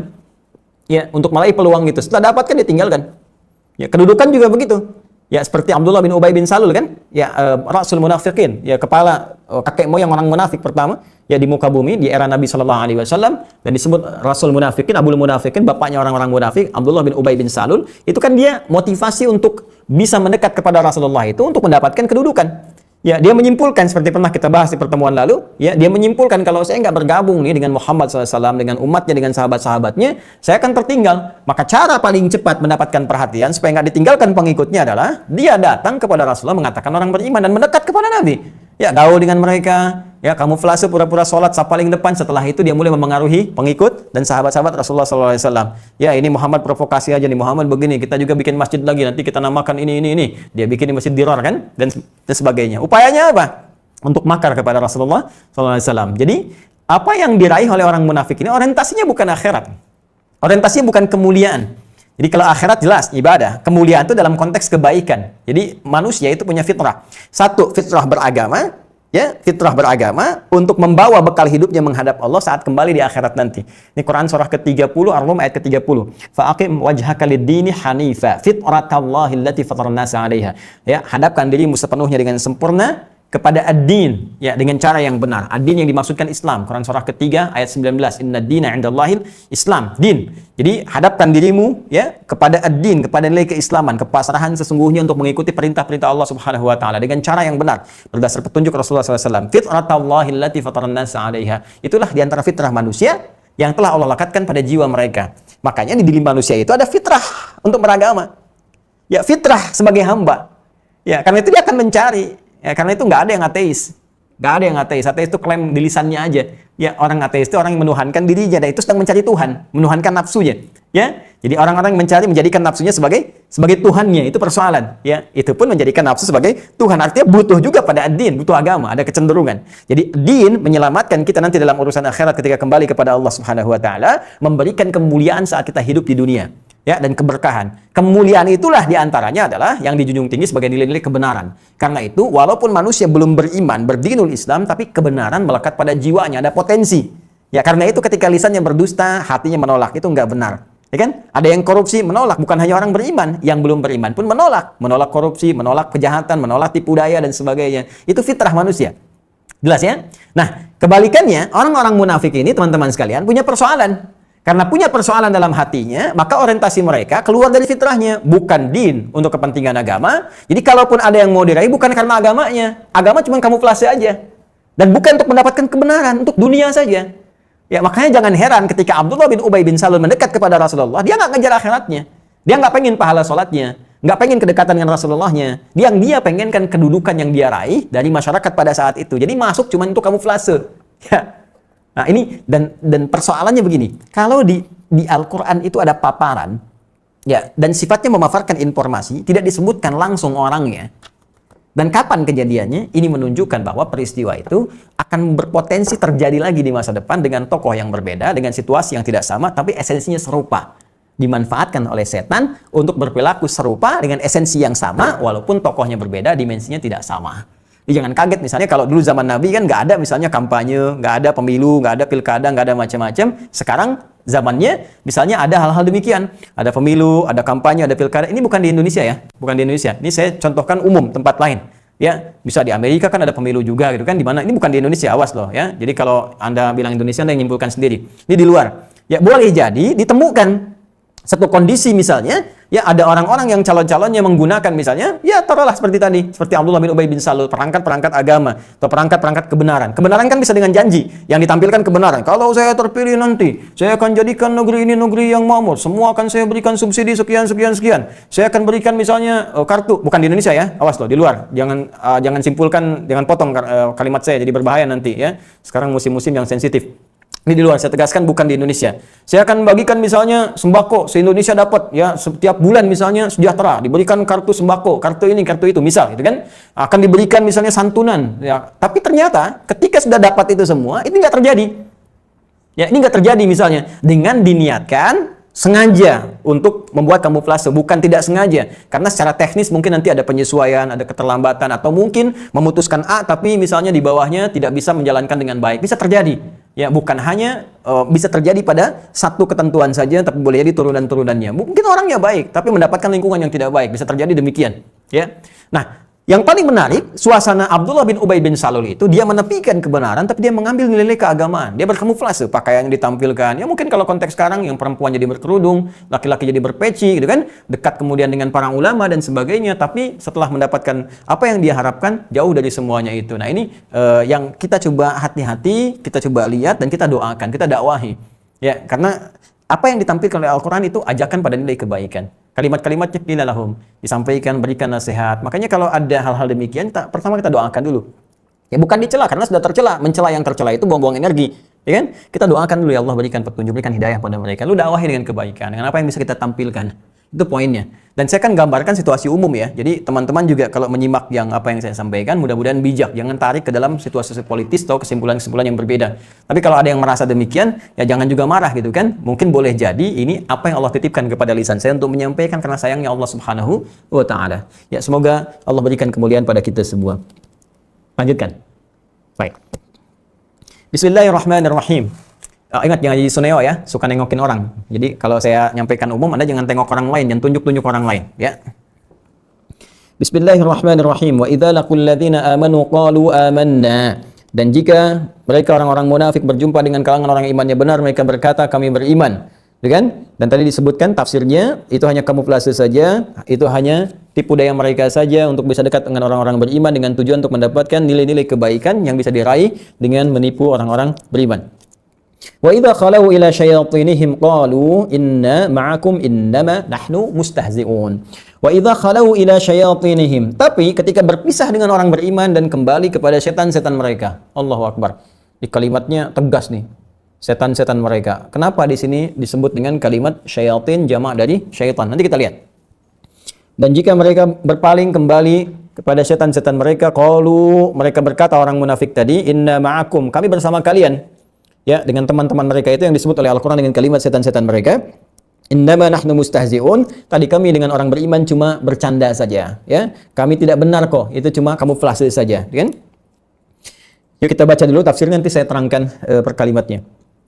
Wa idza khalau ila syayatinihim, dan jika mereka kembali kepada setan-setan mereka, yakni artinya idzan sarafu wa dhahabu, yakni jika mereka meninggalkan orang-orang beriman dan pergi, ya, wa khalasu ila syayatinihim, dan kembali datang kepada setan-setan mereka, artinya sekutu-sekutu mereka, teman-teman mereka, ya, fadhamana khalau ma'nan sarafu. Allahu akbar. Maka diksi khalau ini mengandung makna insarafu li ta'diyatihi bi ila, ya, karena dia bisa menggunakan ila, berta'diyah artinya menggunakan ila untuk mendapatkan objek yang baru, liyadulla 'ala al-fi'l al-mudmar wal fi'l al-malfudh bihi, untuk menunjukkan bahwa ada yang disembunyikan dari sesuatu yang dilafadzkan atau yang tampak. Allahu akbar. Diksi Al-Qur'an itu sangat luar biasa. Gini teman-teman, maksud Al-Imam Ibnu Katsir dalam syarahnya ini. Teruskan ayatnya. Wa idza laqul ladzina amanu qalu amanna wa idza khalau ila syayatinihim. Wa idza, gini kan? Khalau. Wa idza khalau. Khalau ini dia punya makna insarafu atau dhahabu. Ya. Dhahabu itu pergi umum. Ya, mau perginya kayak gimana yang penting pergi. Kalau insarafu itu berpaling, insaraf itu biasanya konotasinya negatif. Negatif. Jadi kalau Anda sedang bertemu dengan seseorang, ya kan, terus Anda ngobrol, terus dia tiba-tiba dia bilang insarif nih. Nah, insarif. Ya, saya bukan Sarif, Pak. Saya Husain. Ya, bukan, pergi maksudnya. Pergi. Pergi dari sini, berpaling kamu. Ya, jadi nggak pengen benar-benar lihat. Nah, jadi ini yang paling menarik, teman-teman. Nah, kalau kata khalau ini digunakan oleh Al-Quran, ya, kenapa tidak menggunakan kata insarafa? Kata Imam Ibnu Katsir kan mengatakan, ya, wa dhamana khalau makna insarafat. Maka diartikan fa idzan sarafu. Khalau ini artinya insarafa, berpaling. Ya. Tapi pertanyaannya, kenapa tidak menggunakan kata insarafa? Ya, jamaknya insarafu, tapi yang digunakan kata khalau. Kenapa Allah memilih kata khalau? Ya, dijawab, karena penggunaan kata ini dengan mengandung makna insarafa, ini salah satu fi'il, kata kerja yang membutuhkan kata ila. Ini, khalau ini. Dan ketika membutuhkan kata ila untuk mendapatkan menuju pada objeknya, ini menunjukkan keterkandungan dua makna. Kata khalau ini, ya, dihadapkan pada kata ila, disandingkan dengan ila setelahnya, mengandung makna insarafu, dipilih kata khalau bukan insarafu untuk menegaskan kandungan dua makna. Apa itu? Satu, al-fi'lul mudmar, hal yang tersembunyi, dan saat yang bersamaan al-malfudh bih, hal yang disampaikan lewat lisan, ditampakkan. Jadi, kenapa Allah menggunakan kata khalau di sini seakan-akan ingin menunjukkan perilaku orang munafik yang berbeda antara yang disembunyikan mudmar dalam hatinya dengan yang dilafadzkan dalam lisannya. Allah, indah sekali. Dan penggunaan kata khalau seakan-akan ada yang netral ketika mereka pamitan. Berjumpa dengan orang beriman, ketawa ketiwi, nyapa sana sini, bersalaman, seakan-akan bersama mereka, amanah. Setelah itu pamit mereka. Ya, pamitnya tuh di lisannya masih bicara, malfudh bih nih. Saya pamit dulu ya, ini ada kebutuhan yang harus dikerjakan, ada begini-begini dan begitu, tapi mudmar, ada yang disembunyikan dalam hatinya. Saya mau ketemu kawan-kawan dulu, kalian kan bukan kawan saya kan kesini cuma buat ngeliat doang lah supaya dapat sesuatu. Kan di hatinya tersembunyi, datang seperti tersenyum, tapi dalam jiwanya membawa dendam yang tidak berkesudahan. Makanya kata khalau dihadirkan untuk menunjukkan makna insarafa. Insarafa itu dia pergi, sebetulnya di hatinya itu jelek. Ya, ingin segera berpaling dari orang-orang beriman itu karena nggak nyambung. Ya, nggak nyambung. Baik, transmisinya berbeda. Cuma karena kebutuhan duniawi tadi dia mesti datang. Makanya di lisannya bisa berkata A, tapi di hatinya bisa B. Jelas ya? Ini keindahan Al-Quran. Nah, kemudian lihat sini. Teruskan. Ketika mereka berpaling dari orang-orang beriman dengan perasaan yang tidak baik, walaupun di lisan mereka menampilkan sesuatu yang manis, ya, lalu mereka datangi kawan-kawan mereka. Allah tidak mengatakan wa idza khalau ila ikhwanihim, dan ketika mereka berpaling meninggalkan orang beriman datang kepada teman-teman mereka atau asdiqaihim, kawan-kawan mereka, ya, tidak. Tapi yang digunakan Al-Quran syayatinihim. Syayatinihim. Siapapun yang ngaji, bahkan cukup belajar bahasa Arab, ini pasti mengerti syayatin ini jamak dari kata setan, syaitan. Syaitan. Setan. Jelas? Dan jika mereka meninggalkan orang beriman, berpaling dari orang beriman menuju pada setan-setan mereka. Kenapa pilihan diksinya? Diksi katanya, dia menggunakan kata syayatin. Dan begitu tajam. Ya? Baik, di sini setidaknya kalau kita analisis tentang satu diksi Al-Quran, yang kedua budaya orang-orang Arab, ya, bagaimana keadaan karakter mereka saat Al-Quran itu diturunkan, dan yang ketiga tentang kata syaitan yang jamaknya syayatin itu sendiri, maknanya kemana. Ini coba kita akan turunkan sehingga kita paham kenapa di sini kalimatnya menggunakan syayatin. Yuk kita lihat. Teman-teman sekalian, saya hapus dulu ini ya.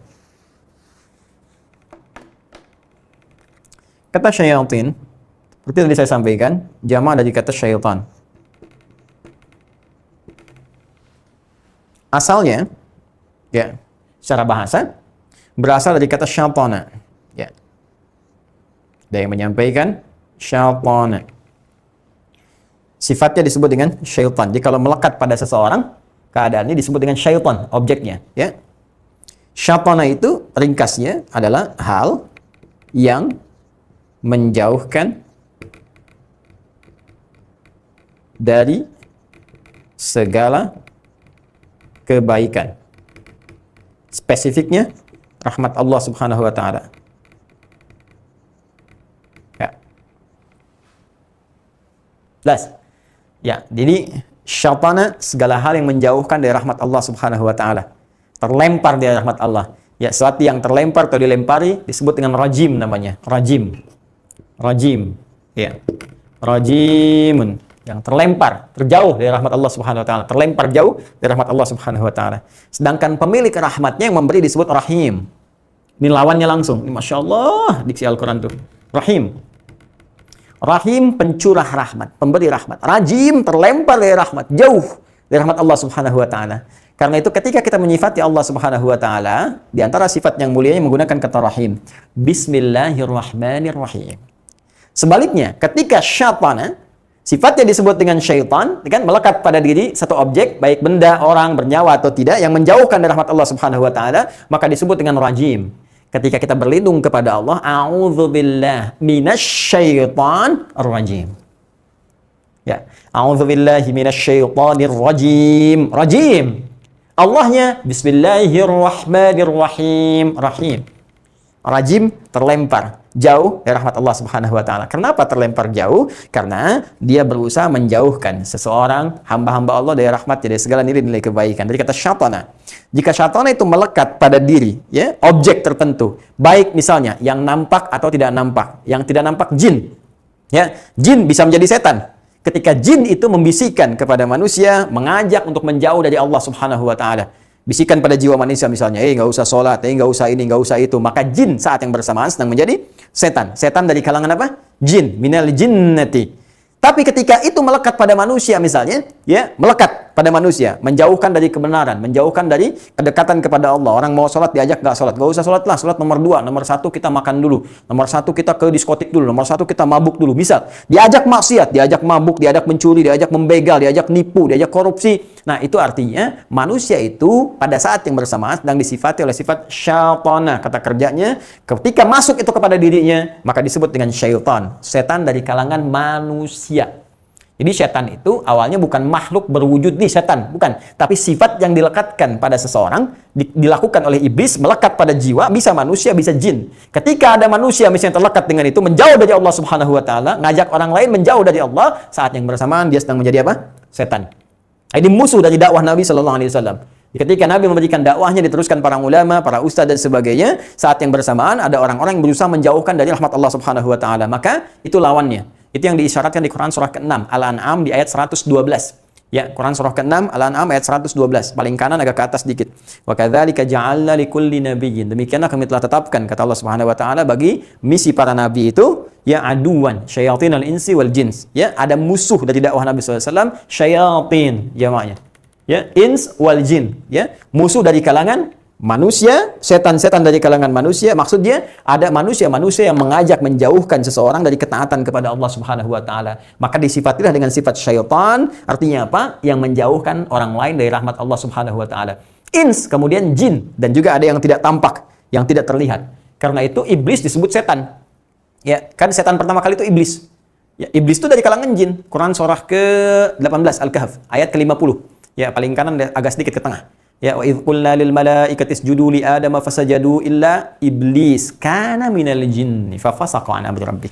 Ketika kami firmankan kepada para malaikat, ya, untuk mereka apa? Bersujud kepada Adam sebagai penghormatan, bukan sujud penghambaan, penghormatan atas perintah Allah Subhanahu wa taala, maka semua malaikat dan kalangan-kalangan makhluk yang ada pada situ bersujud sebagai hormat kepada Adam atas perintah Allah, illa iblis.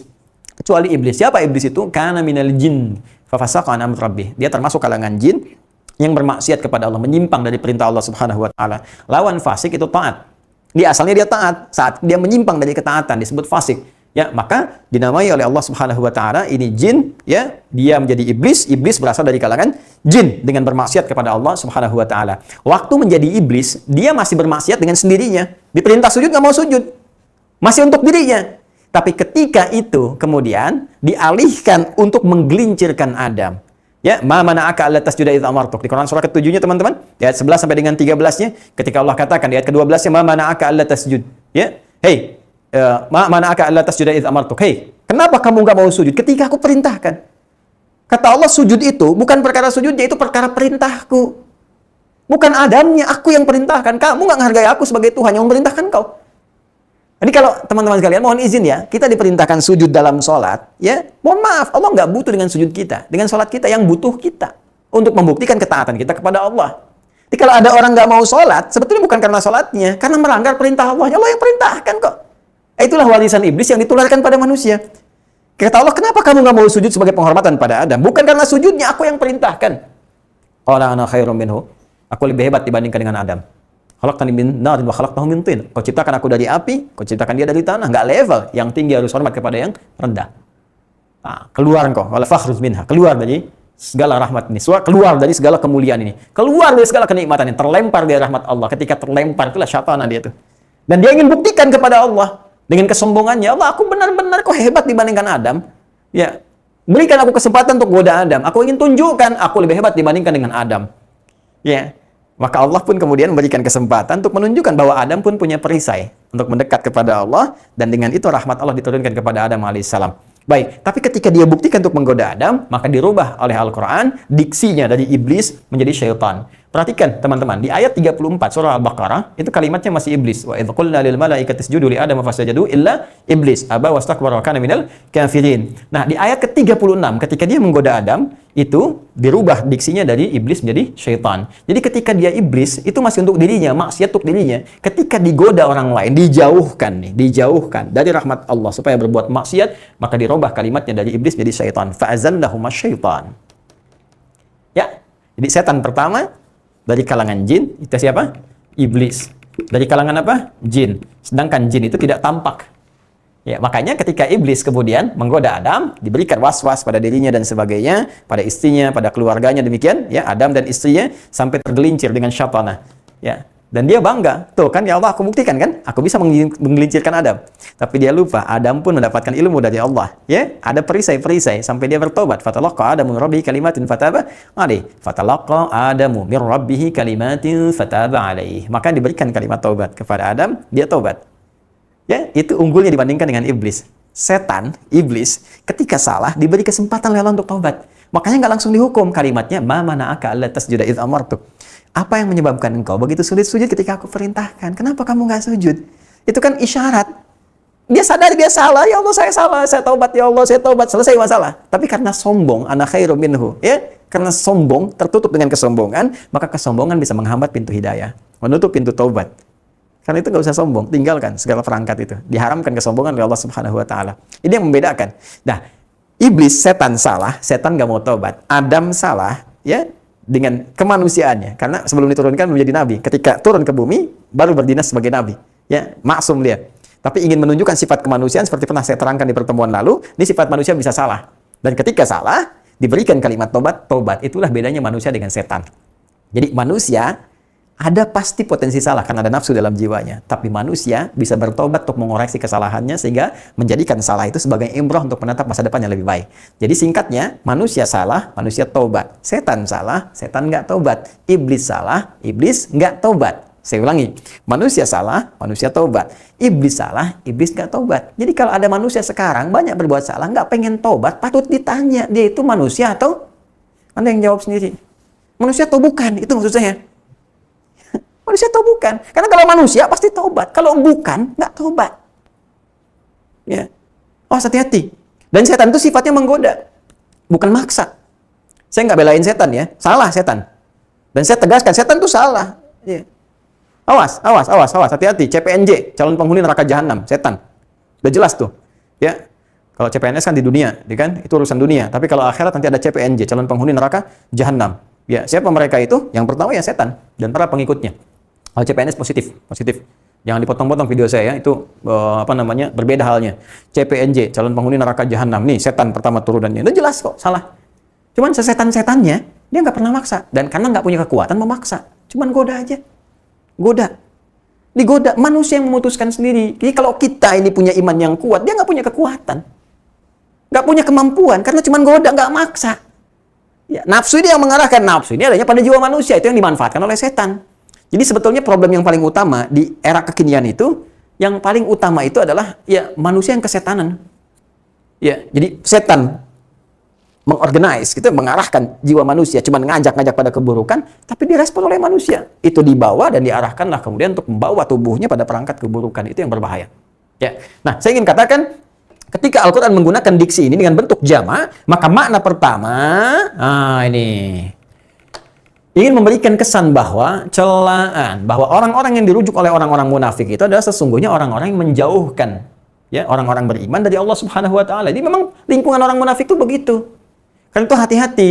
Ya hati-hati kalau bergaul. Karena lingkungan orang munafik kan dikatakan wa idza khalau, ketika mereka berpaling dari orang beriman, balik ke teman-temannya. Siapa teman-temannya? Syayatinihim, itu orang-orang yang memang terbiasa punya rencana menjauhkan orang lain dari Allah. Gimana caranya supaya ini ada masjid tapi kosong? Ya gimana caranya nih orang Islam tapi ya nggak usah baca Quran lah, nggak usah jadi hafid, nggak usah jadi macam-macam. Nah, ini udah. Jadi kalau ngobrol-ngobrolnya itu aja. Yang penting dunia dapat, manfaatin aja. Kerja, mereka yang kerja kita dapat uangnya. Tapi nggak usah soleh-soleh amat lah, ya nggak apa-apa. Biar gini-gini. Tapi ya itulah lingkungannya demikian. Maka itu kalau Anda sekali lagi mendapati lingkungan seperti ini jauhi. Buka Quran surah 4 ayat 140. Ya waqad nazzala 'alaikum fil kitab an idza sami'tum ayatillahi yukfaru biha wa yastahza'u biha fala taqulu ma'hum. Ya. Setelah tetap ketentuan dalam Al-Quran, Kitabullah, jika Anda dapati ada seseorang, hati-hati, mengingkari ayat-ayat Allah, atau bahkan mengolok-ngoloknya. Itu lingkungan Anda dapati, misalnya dalam seminar, ya dalam stadium general, tinggalin aja tokoh-tokohnya. Jangan difasilitasi, ini malah difasilitasin, bikin seminar. Wah, seminar tentang semua agama sama. Itu kan menjauhkan diri dari Allah, ya sama Anda bikin suasana baru. Sama saja Anda menciptakan kondisi ini berbahaya. Lama-lama nggak sholat nanti. Ya, maka itu jauhi nih. Ya di kampus-kampus tuh kalau ada seminar kayak gitu kosongin aja biar sepi sekalian. Ya kalau perlu di fakultasnya ada nggak usah masuk mata kuliahnya, biar kosong, biar tahu kampusnya. Ya biar sadar minimal orang itu kembali hatta yakhudhu fi haditsin ghairi, sampai dia tobat kembali pada jalan yang benar. Innakum idza mithluhum, kalau Anda dapatkan referensi begini lama-lama seperti mereka. Lama-lama nggak sholat, pikirannya konslet, ya sudah sholat nggak dikerjakan, puasa tidak, tiba-tiba menolak, ya tiba-tiba ya macam-macam, akhirnya mengolok-olok deh. Jilbab diolok-olok, ya agama diolok-olok dan sebagainya, itu puncaknya. Innallaha jami'ul munafiqina wal kafirina fi jahannam jami'a. Maka Allah ancam orang-orang seperti ini kalau nggak tobat nanti akan dilemparkan ke neraka jahanam yang paling dalam. Ini makna yang pertama. Jadi ketika disebutkan oleh diksi Al-Qur'an khalau ila syayatinihim, mereka datang kepada setan-setan mereka, yang dimaksudkan adalah lingkungan yang memengaruhi mereka untuk menjauh dari rahmat Allah Subhanahu wa taala. Karena itu ini pesan kepada kita, jangan pernah hadiri, jangan pernah sertai, pernah masuk ke lingkungan-lingkungan yang jelas menjauhkan kita dari Allah Subhanahu wa taala, menjauh dari situ. Adik-adikku yang di kampus-kampus ya teman-teman yang sedang berusaha, kemudian masuk misalnya melamar pekerjaan, tapi syaratnya nggak boleh sholat, nggak boleh Jumatan, hati-hati, itu jalan pertama pembuka, pintu maksiat hadir. Ya kalau kita bisa berbuat yang baik, dapatkan yang baik. Anda bisa jadi sarjana yang soleh. Tidak harus yang kontroversial misalnya, ya. Dapatkan dalam lingkungan yang baik, insya Allah Allah ridai kita semua. Ya, itu satu. Yang kedua teman-teman sekalian, saya ingin sampaikan bagaimana budaya di kalangan orang-orang Arab. Bahkan sejak Nabi SAW sebelum diutus, sampai beliau diutus, mendakwahkan risalah Islam, nah ini masih ada. Ya.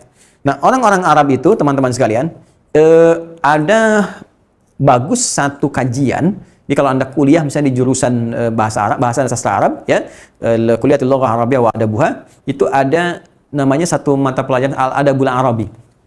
Ya. Al-Adabul Arabi. Ya. Adabul Arabi. Ini adab. Ini bukan adab dalam pengertian, mohon maaf ya, Bukan adab dalam pengertian akhlak, bukan. Ya, ini sastra. Ya. Sastra, di ilmu sastra. Ilmu sastra ini diantara objek kajiannya nanti mengkaji tentang syair. Ya. Syair.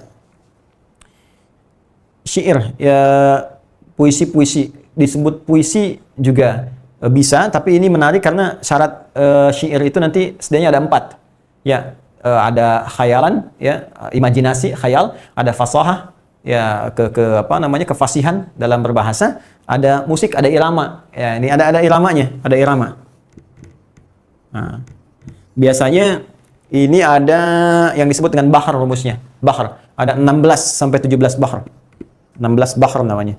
Ya, sama rumus. Rumusnya ini, teman-teman, yang keempat, ini tidak boleh keluar dari formulasi itu.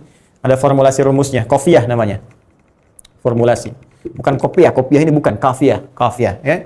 Jadi ada kafiyah, ada fasahah, ada kemudian khayal, imajinasi, ada irama, bahar. Nanti ada 16. Ini sudah terkenal dan ada tokoh-tokohnya. Mereka belum ada ilmunya pada saat itu, cuma mereka itu salikah, instingnya aja. Yang mereka bisa menyampaikan lirik-lirik syair, tapi dahsyatnya itu formulasinya bisa sama tuh. Ya, dengan 16 ragam ini disebut bahar. Nanti di ilmu arud adanya, ya. Ke ilmu arud yang menemukan Khalil bin Ahmad al-Farahidi, ya. Itu nanti misal begini. Dari 16 ini ada misalnya bahar tawil. Tawilun lahudun al-bukhari fadailu fa'ulun mafa'ilun fa'ulun mafa'ilu. Ya kifana bki min dzikra habibin wa manzili bisaqtil wa baina dakhuli fa hawmali. Rajas mustaf'ilun mustaf'ilun mustaf'ilun mustaf'ilun mustaf'ilun mustaf'ilun sautus safiril bulbuli hayya qalbi thamili al-ma'u wa zahru ma'a ma zahri lahdhul muqali fa anta yasayyidi wa sayyidi wa mauladi fakam tayyimuni ghazailun qutaytali qataftuhum nadatin fi hadha ar-rajuli faqala la la la faqad ghada muharwili wal walad wali wali wa ilali faqultu la tuwalidi fa bayinu lu ali qulatu hina kadan wa dhul muqali katan ka khailali tabtabi tabtabi. Nah, coba ulangi. Jadi ada tawil misalnya kan, ada rajas, ada madid, mufalatun fa'ilatun, mufalatun fa'ilatun, madid, ya kan? Nah, itu orang-orang Arab itu kalau dia bikin syair, teman-teman sekalian, formulasi nggak keluar dari situ. Tapi mereka ya belum ada ilmu terapan belajarnya, cuma salihah instingnya aja begitu. Nah, di antara yang mereka gunakan untuk mendapatkan syair-syair yang bagus itu, mereka minta bantuan jin-jin. Jin. Dan di antara jin itu ada yang ngasih lirik-lirik bagus, cuman ditunjukkan pada maksiat. Misalnya, lirik bagus untuk mabuk-mabukan. Maka dikenallah syairnya dengan khamriyat. Khamriyat. Syair-syair tentang khamr.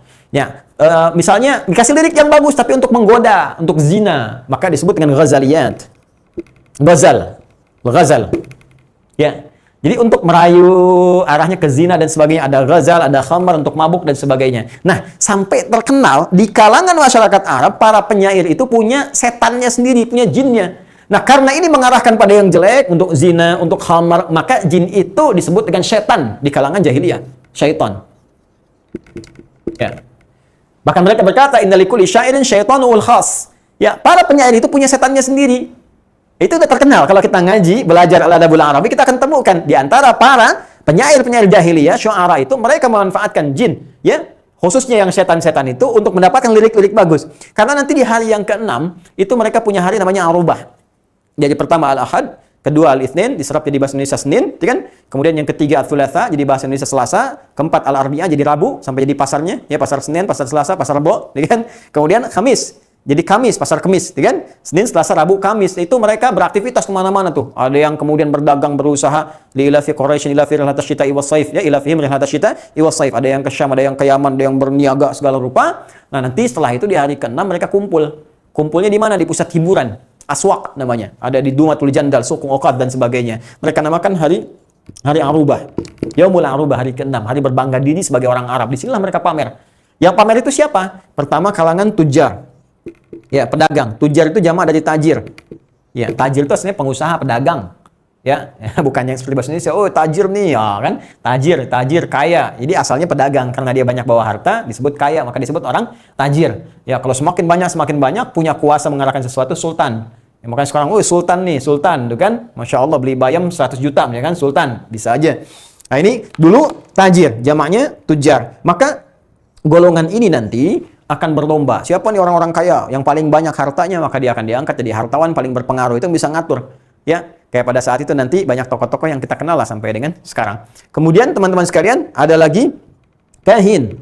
Kahin, jamaknya kuhan. Ya, itu mereka dari kalangan para spiritualnya, ya, dari kalangan para rahibnya, kalangan dukun-dukunnya. Yang lebih tepatnya disebut dengan dukun, kuhan. Jadi mereka nanti yang ngasih jampe-jampe, yang paling bagus jampenya, jimatnya dan sebagainya, itu nanti yang paling bisa dijadikan sebagai acuan untuk berinteraksi dalam kehidupan. Jadi kalau pedagang mau dagang, nanya dulu ke situ, bagaimana nih suasananya, apakah menguntungkan atau tidak. Nah ini nanti akan lomba nih.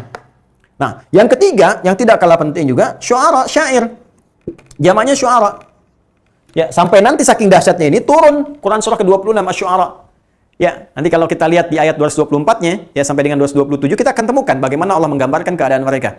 Ya, asy-syu'ara yattabi'uhumul ghawun, yattabi'uhumul ghawun. Alam tara annahum fi kulli wadin yahimun. Ya kan? Hei, para penyair itu kadang-kadang mereka tuh, mereka mengikuti hal-hal yang bisa menyesatkan. Ghawun kan dari kata ghawa asalnya, sedangkan ghawa itu dari setan. Ya kan? Ya, wa asa Adamu rabbahu aghawa. Maka Adam bermaksiat kepada Rabbnya karena dibujuk oleh setan sehingga tersesat. Ghawa itu kan setan yang mengarahkan. Maka di sini Al-Qur'an memberikan gambaran ada orang-orang jahiliyah dari kalangan penyair yang minta bantuan dari setan sehingga menyesatkan. Liriknya dikasih bagus. Alam tara annahum fi kulli wadin yahimun, kadang-kadang datang ke lembah nyari insting, nyari inspirasi yang dibisikkan oleh setan-setannya, jin-jin dari kalangan setan. Sehingga bikinlah syair-syair tentang khamar kayak seakan-akan ternikmati, bagus. Kalimatnya indah-indah. Nah, ini pamer, teman-teman. Jadi Yaumul Arubah itu mereka akan kontes nampilkan syair yang paling bagus. Nanti yang paling bagus syairnya, yang paling indah kalimatnya akan ditempelkan di dinding Ka'bah, ditulis dengan tinta emas. Disebut dengan mu'allaqat. Ada mu'allaqat as-sab'ah. Ya, mu'allaqat as-sab'ah. Jadi ada 7 yang paling urutan paling hebat sampai ke bawahnya. Dulu Amir Syu'aranya dikenal Amir. Jadi paling tertingginya, jabatan tertinggi yang paling hebat syair dikenal dengan Amir. Amir Syu'ara. Ya, Amir Syu'ara. Dulu Emir El-Qais namanya. Paling atas. Yang paling bagus terus sampai ke bawah, ditulis dengan tinta emas, ditempelkan di dinding Ka'bah. Ini yang nanti kelak di hari Islam, pasca Nabi SAW nanti datang dengan dakwahnya, risalahnya sehingga merubah kalangan orang Mekah menjadi baik. Maka inilah sejarah pertama nanti kain kiswah Ka'bah yang tadinya tulisannya para syair-syair ya dari kalangan orang-orang jahiliyah dirubah menjadi tulisan Al-Qur'an. Tulis Al-Qur'an masih dengan tinta emas, maka menjadi kain kiswah Ka'bah untuk mengganti syair-syair orang jahiliyah. Nah, apa kaitan dengan yang kita bahas? Singkatnya teman-teman sekalian, para penyair ini sering memanfaatkan setan dari kalangan jin untuk meminta bantuan supaya punya lirik yang bagus, cuma isinya menyesatkan. Makanya hati-hati nih teman-teman ya, di musisi ya, komposer atau yang bisa biasa bikin lirik-lirik dan sebagainya, hati-hati. Kadang-kadang sendirian, sedang merenung, tapi kayak bagus kelihatannya, cuma ternyata kalimatnya kotor misalnya, ngajak maksiat, mencela ibu orang lain, mencela ini, mencela itu. Sesungguhnya itu bisikan-bisikan seperti orang jahiliyah dulu dapatkan. Ini yang dicela oleh Islam. Ini musik-musik yang harus dijauhi. Ya, ini yang harus dijauhi. Walaupun kelihatan bagus, karena sebenarnya bagusnya bagus, cuma isinya liriknya mengajak pada maksiat atau hal yang tidak disukai oleh Allah Subhanahu wa taala. Ini yang ditinggalkan.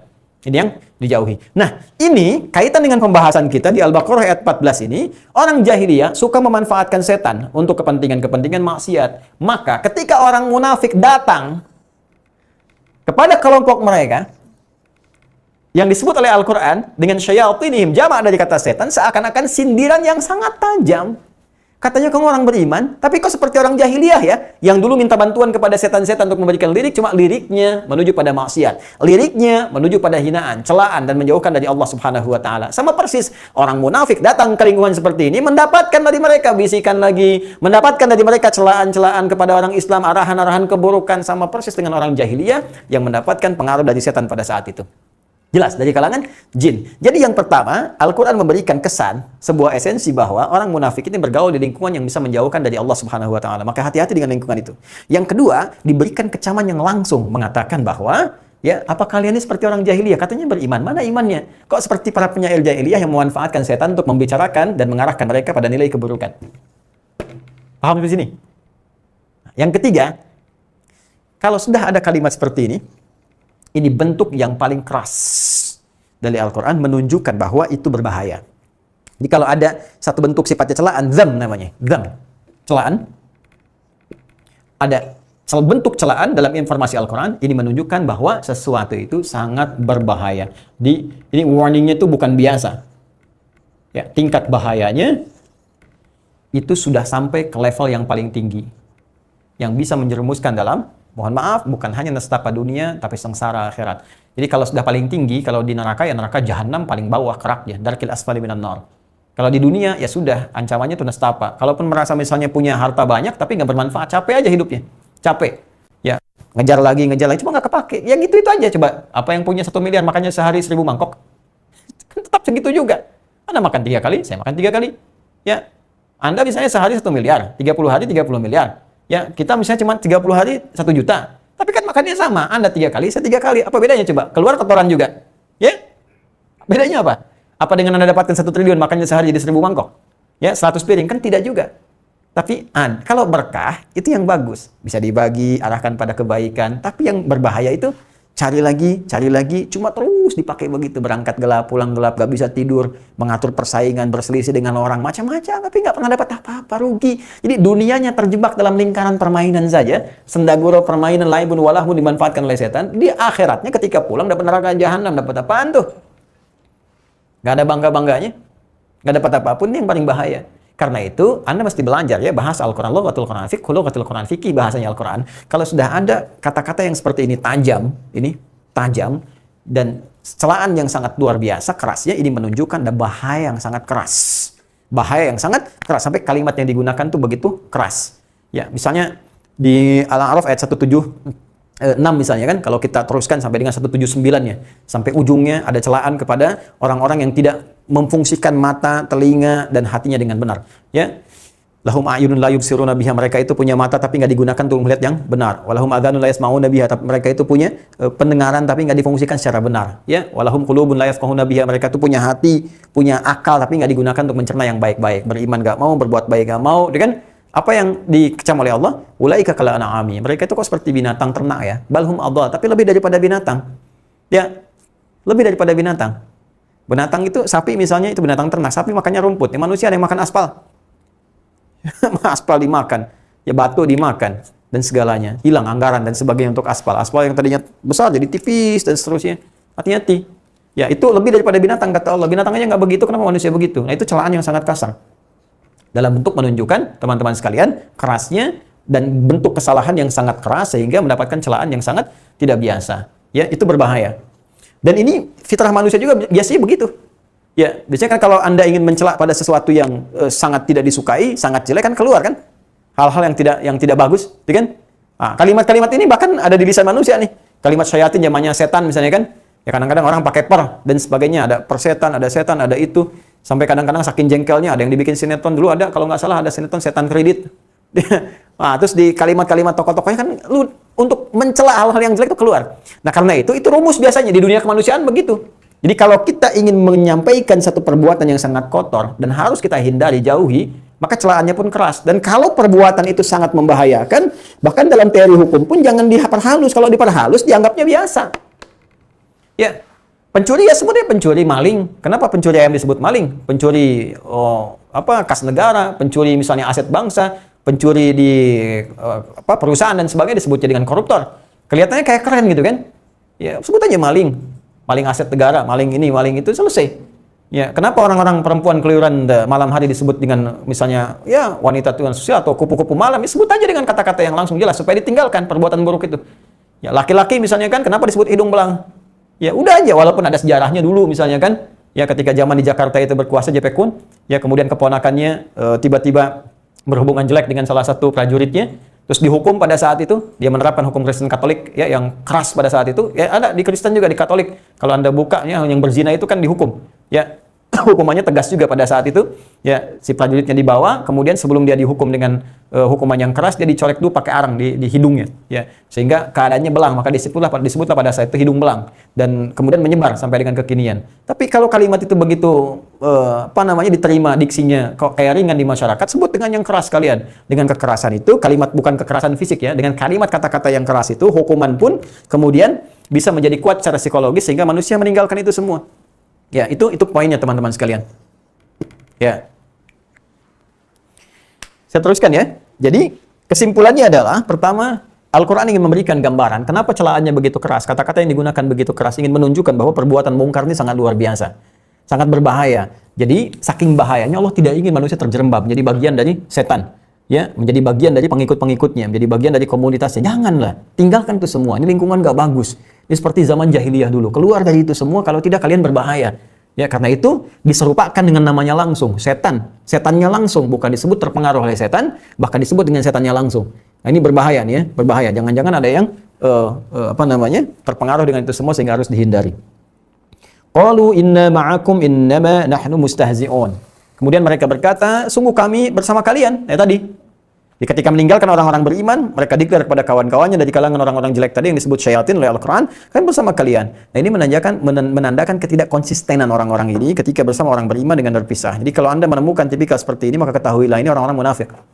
Ya, orang-orang munafik. Innama nahnu mustahzi'un, kami hanya bercanda saja dengan orang beriman. Ini cuma nggak serius kok, ya, cuma kamuflase aja.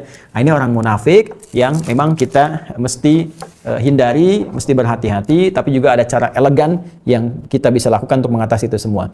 Bagaimana caranya? Nah, insya Allah nanti kita akan teruskan untuk mendapatkan solusi jika menemukan kalangan seperti ini. Baik lingkungan terdekat, keluarga, tetangga, ataupun lingkungan yang lebih jauh, apa solusi yang bisa dihadirkan Al-Quran untuk berinteraksi secara elegan dengan orang seperti ini dan mengarahkan mereka pada kebaikan.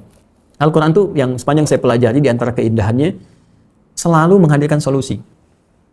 Ya, solusi. Jadi, mohon maaf, nggak pernah gitu menampilkan satu persoalan tertentu, tapi nggak berujung dengan solusi. Ini loh persoalannya, ini masalahnya, ini cara mengatasinya, ini konsekuensinya. Kalau engkau bisa kembali, bisa baik. Kalau engkau tak kembali, ini resiko yang bisa ditanggung. Itu indahnya Al-Quran. Termasuk ketika berhadapan dengan orang munafik pun, itu selalu memberikan solusi. Mereka ada jalan untuk berubah, ada jalan untuk baik.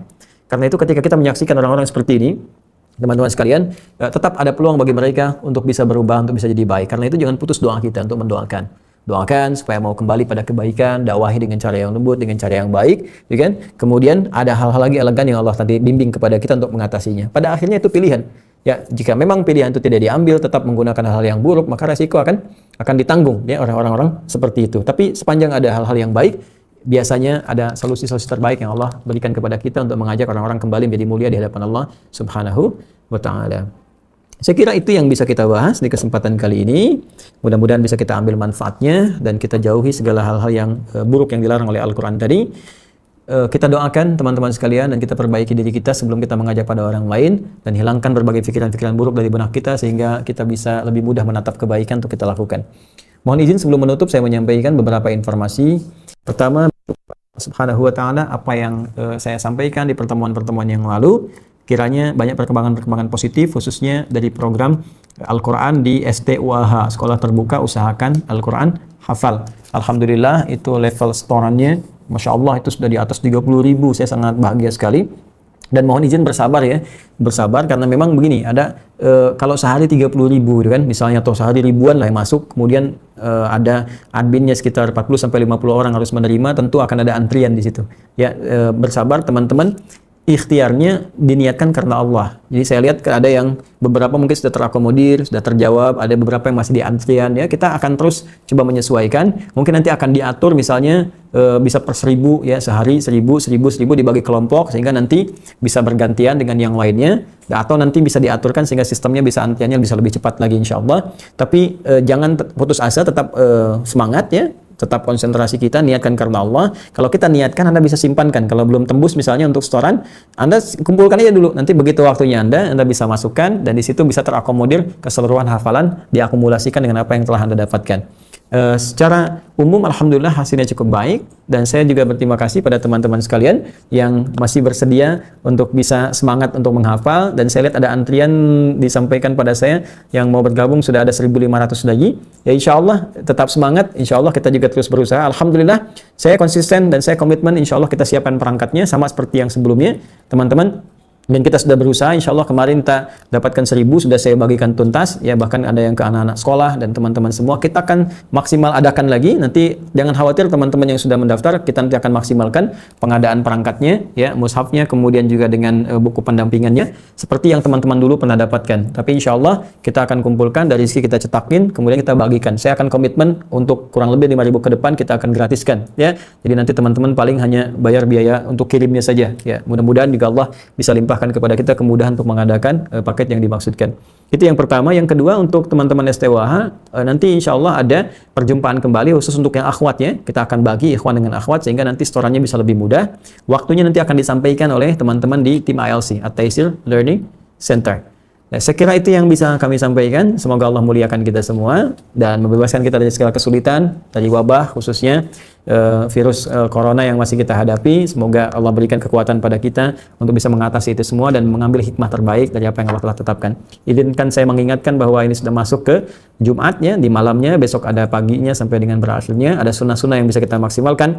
Ya, mohon izin surah Al-Kahf, kalau mau baca Yasin silahkan, Al-Kahf juga silahkan. Kemudian jangan lupa potong kuku, besok mandi yang bersih dan doa. Ya, panjatkan doa kepada Allah Subhanahu wa taala dan di antara itu ada waktu-waktu yang Allah kabulkan. Terima kasih. Kita akhiri. Allahumma taqabbal minna innaka antas sami'ul alim wa tub 'alaina innaka antat tawwabur rahim.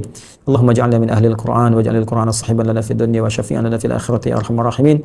Waj'alna min ibadikal mukhlasin bi rahmatika ya arhamar rahimin. Rabbana atina fid dunya hasanah wa fil akhirati hasanah wa qina adzabannar. Bi fadlika subhana rabbika rabbil 'izzati amma yasifun wa salamun 'alal mursalin wa akhiru da'wana subhanakallahumma wa bihamdika asyhadu an la ilaha illa anta nastaghfiruka wa natubu ilaik walhamdulillahi rabbil alamin. Terima kasih. Assalamualaikum warahmatullahi wabarakatuh.